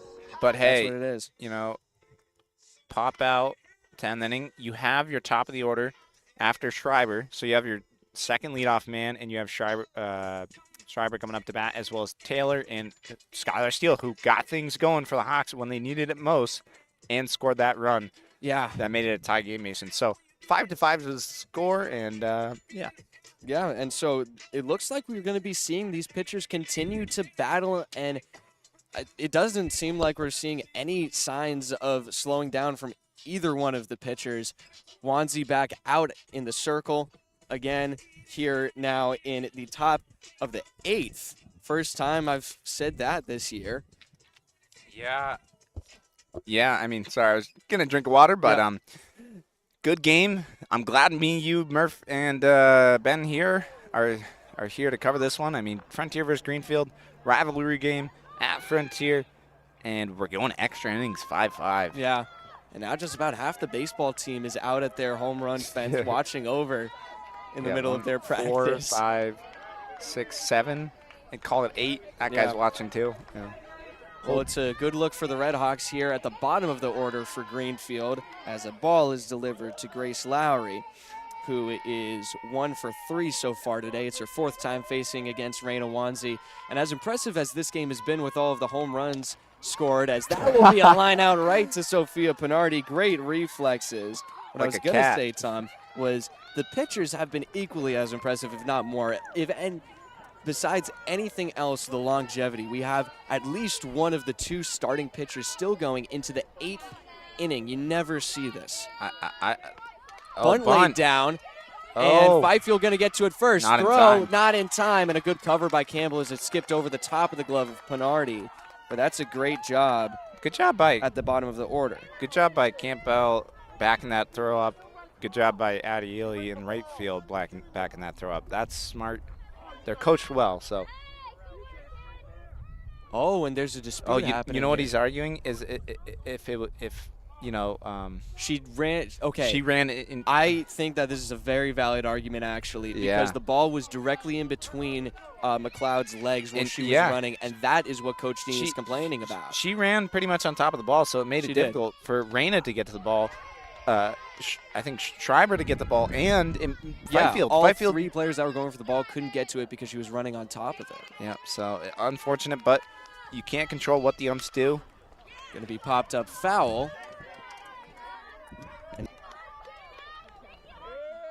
So I give that hit to second base. Raina could not get to the ball quite in time, so yeah. If she was able to field that cleanly, Bacala would have been out at first base. So this is not good. You have Olivia May up to bat, Mason. Strike called against her. She crossed the plate 1 time today, has sat on third 2 times. Got to keep McLeod honest at second. Absolutely. Big cut for strike 2. 0-2 count, Mason. Second time in a row. It was on the 3rd pitch of the at-bat on an 0-2 count for Bucala when she singled just a few pitches ago. Yes. And she'll strike her out here. Raina wheeling and dealing with strikeout number 7 or 8. So I think it's 7 now. Yeah, 7. Yep. So now 2 outs down. The Kenzie go-ahead run on second. Mano y mano, Kenzie Pollen up to bat. I mean, this is a situation where you want your best hitter. Yeah. I mean, she could let the ball fly and get over the fence, or, Raina could get the better of her. 8th Goliath versus, I can't remember the saying, but David versus Goliath right here. She's had 2 big doubles so far today, and that's a great stop from Fifield behind home plate, keeping the runners honest, even though the pitch was a ball. She's a home run hitter, Mason. D1 commit to Merrimack College. So, over 1,000 strikeouts, over 100 hits. Got to be. She's going to pop this one up. Steele calls everyone off, and she makes the grab. Go get the bats going, Hawks. Off a catch from Skylar Steele and a strikeout from Raina. Big recovery as the runners were on first and second for Greenfield. The game stays tied, and Frontier has a chance to walk it off if they can score just 1 run here at home. It's the bottom of the 8th. Up next with the leadoff runner being Abby Schreiber, and then we'll go back to the top with Ashley Taylor and Skylar Steele.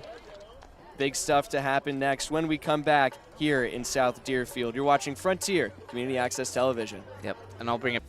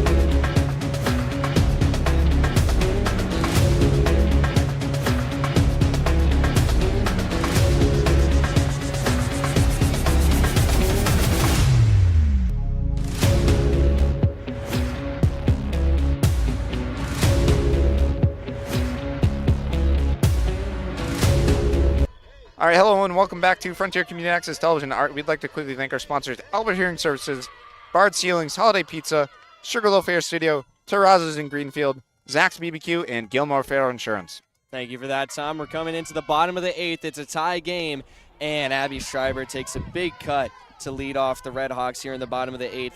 They've worked their way back, came back and tied the ball game, and they found themselves in a position to walk it off once again. They could have done it in the 7th when they had bases loaded, but now they can do it here in the bottom of the 8th, still facing Kenzie Paulin, who now pitches a ball to even the count to Abby Schreiber. Faced 7 of the 9 batters on the order in the bottom of the 7th. He's now facing the girl in the 9 spot, Abby Schreiber. On deck is Ashley Taylor back in the 1. Here's the delivery, and it will be a called strike against her for a 1-2 pitcher's count. Yeah, I mean, Mason, this is going to be interesting. Very interesting. Because we were just talking about the baseball team watching from their field. Their practice is over now. They're migrating over here now. Look at out. I recognize some people out in left field. Some baseball players as well as volleyball players. They're here to support their maybe senior assassin too. So maybe that too. I see some people wearing some floaties as well. But that was a strikeout from, I think, number 13 from Kenzie Paulin. 1 out is away. And now it's Ashley Taylor up again. She's had a bit of a slower day. Only 1 hit so far, but she's reached base twice on a single and a full count balk by Paulin. But she is a heavy hitter when she makes contact, and she sends one into center left, and the grab is made by the left fielder. Yep, left center field. Now, this was probably the at-bat the Redhawks were hoping to see. It's Skylar Steele.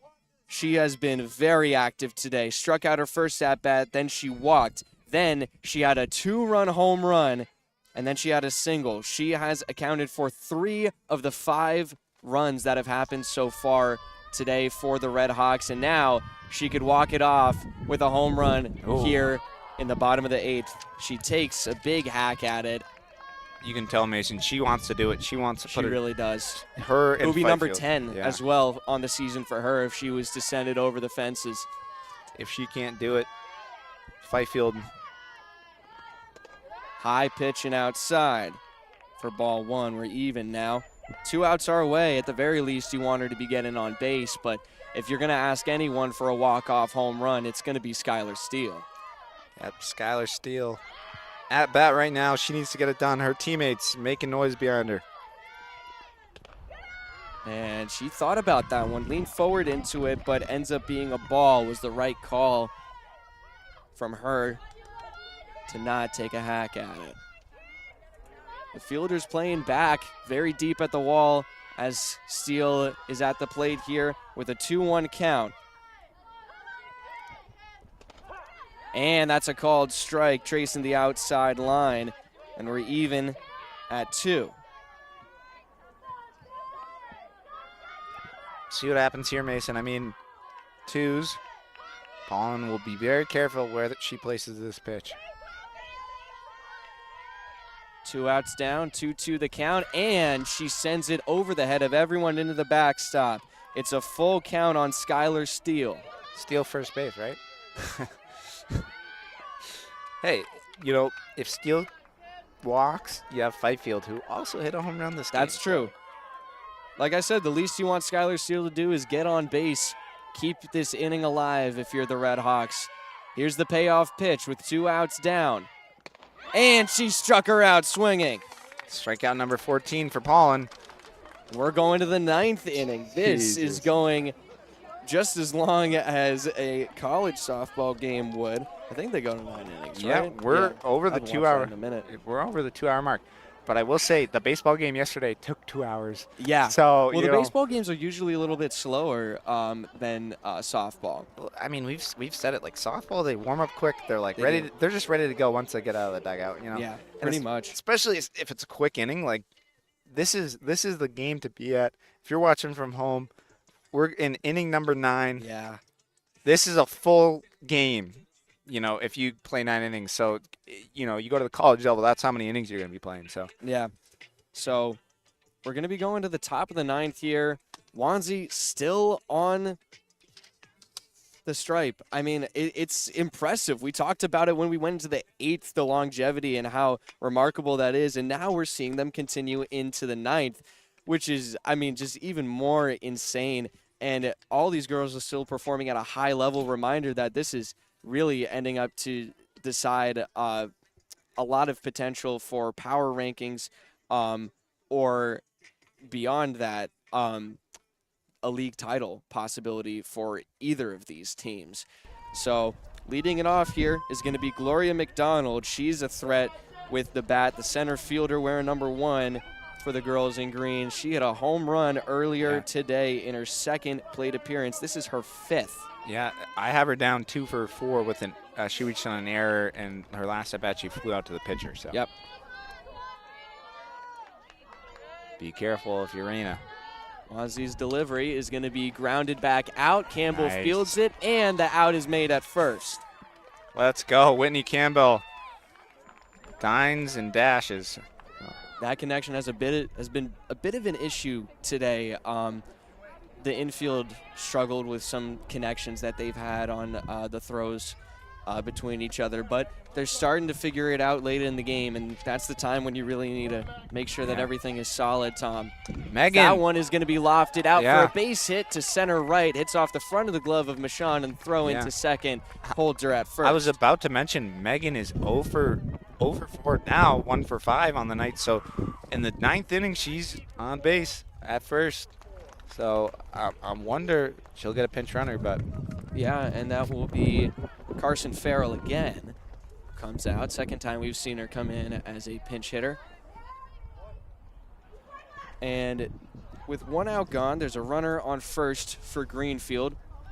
They wouldn't walk off the game as there's still the bottom of the 9th to deal with. No, but any if run. a run were to score, it would be tough to come back from for the Redhawks. Bunt. Bunt laid down. Strong bunt. Throw's going to be to first, and she does make the stop. Out is there. Now the runner Sack on bunt. second. Sack bunt, Mason. Yep. So getting her job done there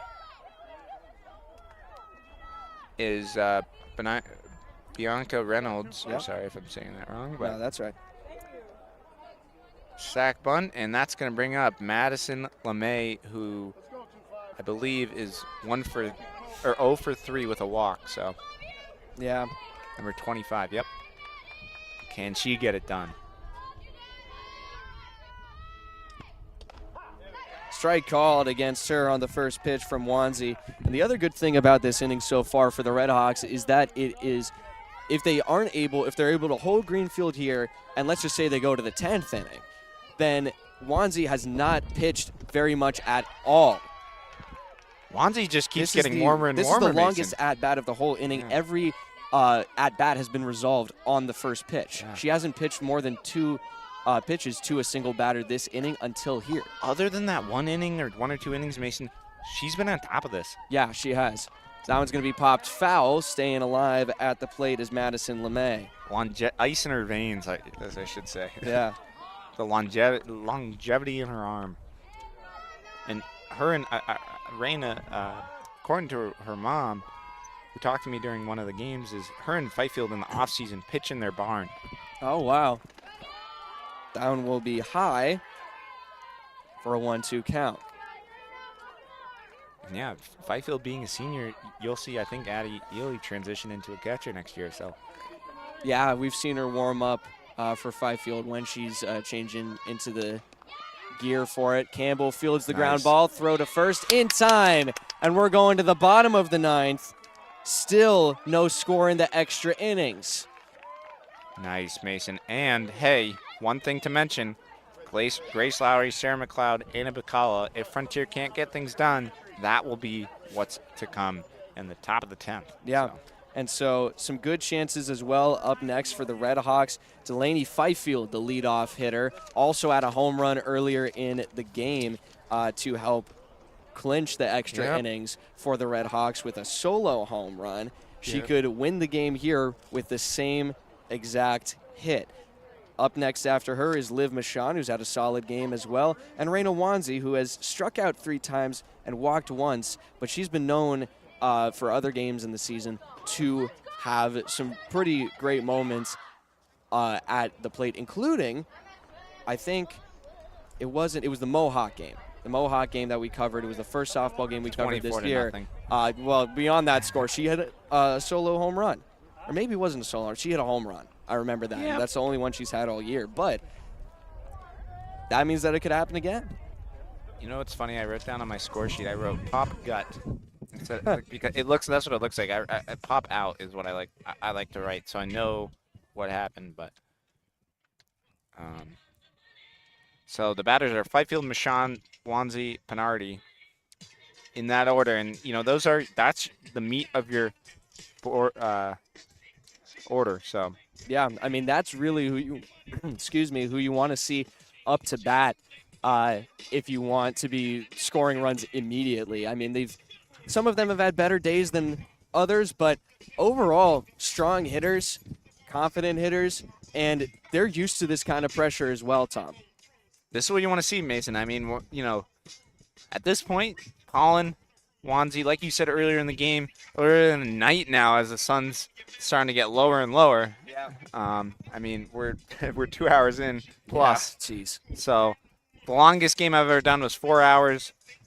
Baseball game under the lights.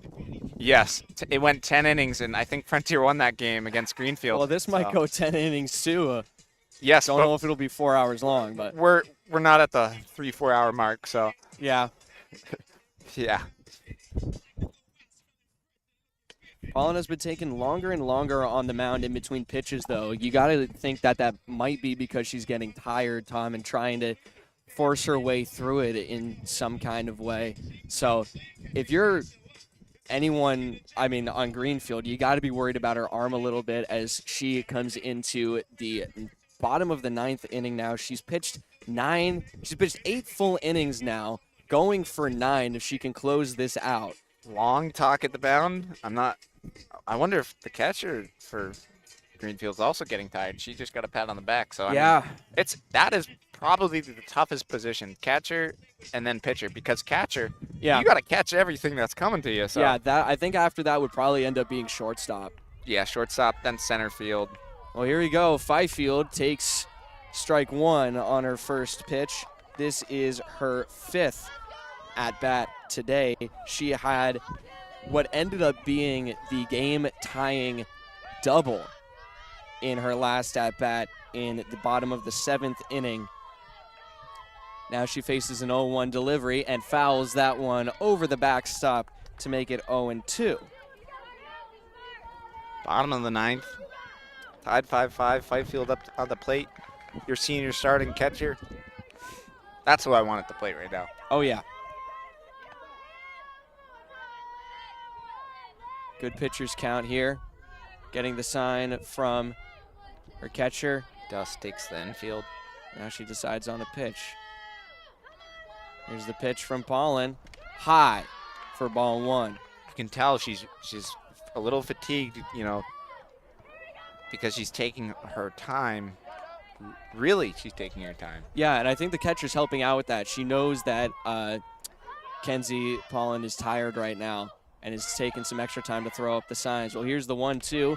It's going to make it 2-2 as it's high again. Releasing it late is Kenzie Paulin right now, as a couple baseball players are ready beyond the fence to catch the home run, including Delaney's boyfriend, Caden James, who is the catcher on Frontier's baseball team. They play the same position. He was also a wrestler, so. Yeah. 2-2 the count. Pitch to Fifield is fouled off and over the backstop.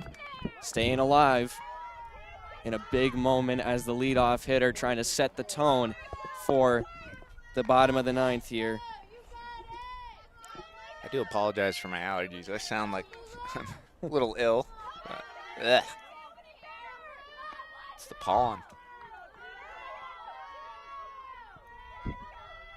Pitch on its way. That one's sent Pop out. high over to right might drop field. in. It's coming in, Oh! and she drops the ball. Fifield rounding to second. They'll hold the throw. Wow. And now send it into the pitcher. It's Oh, overhead. my God. But it's covered up by the third baseman. Grace Lowry, because of look at where the right fielder is, Mason. She's so far out. She was running in, and Grace Lowry had to make a catch that was not in the position. That isn't Lowry's fault No. at all. I mean, I understand the positioning by the right fielder, McLeod, but there's got to be some better communication there, I think, Tom. Yeah, I mean, as an outfielder, an infielder chasing out, you got to make that call. As it looks like some JV players or middle schoolers have arrived here. Liv Michon takes a big cut as she is the next batter up for the Redhawks. Strike one called. There's no outs away for Greenfield.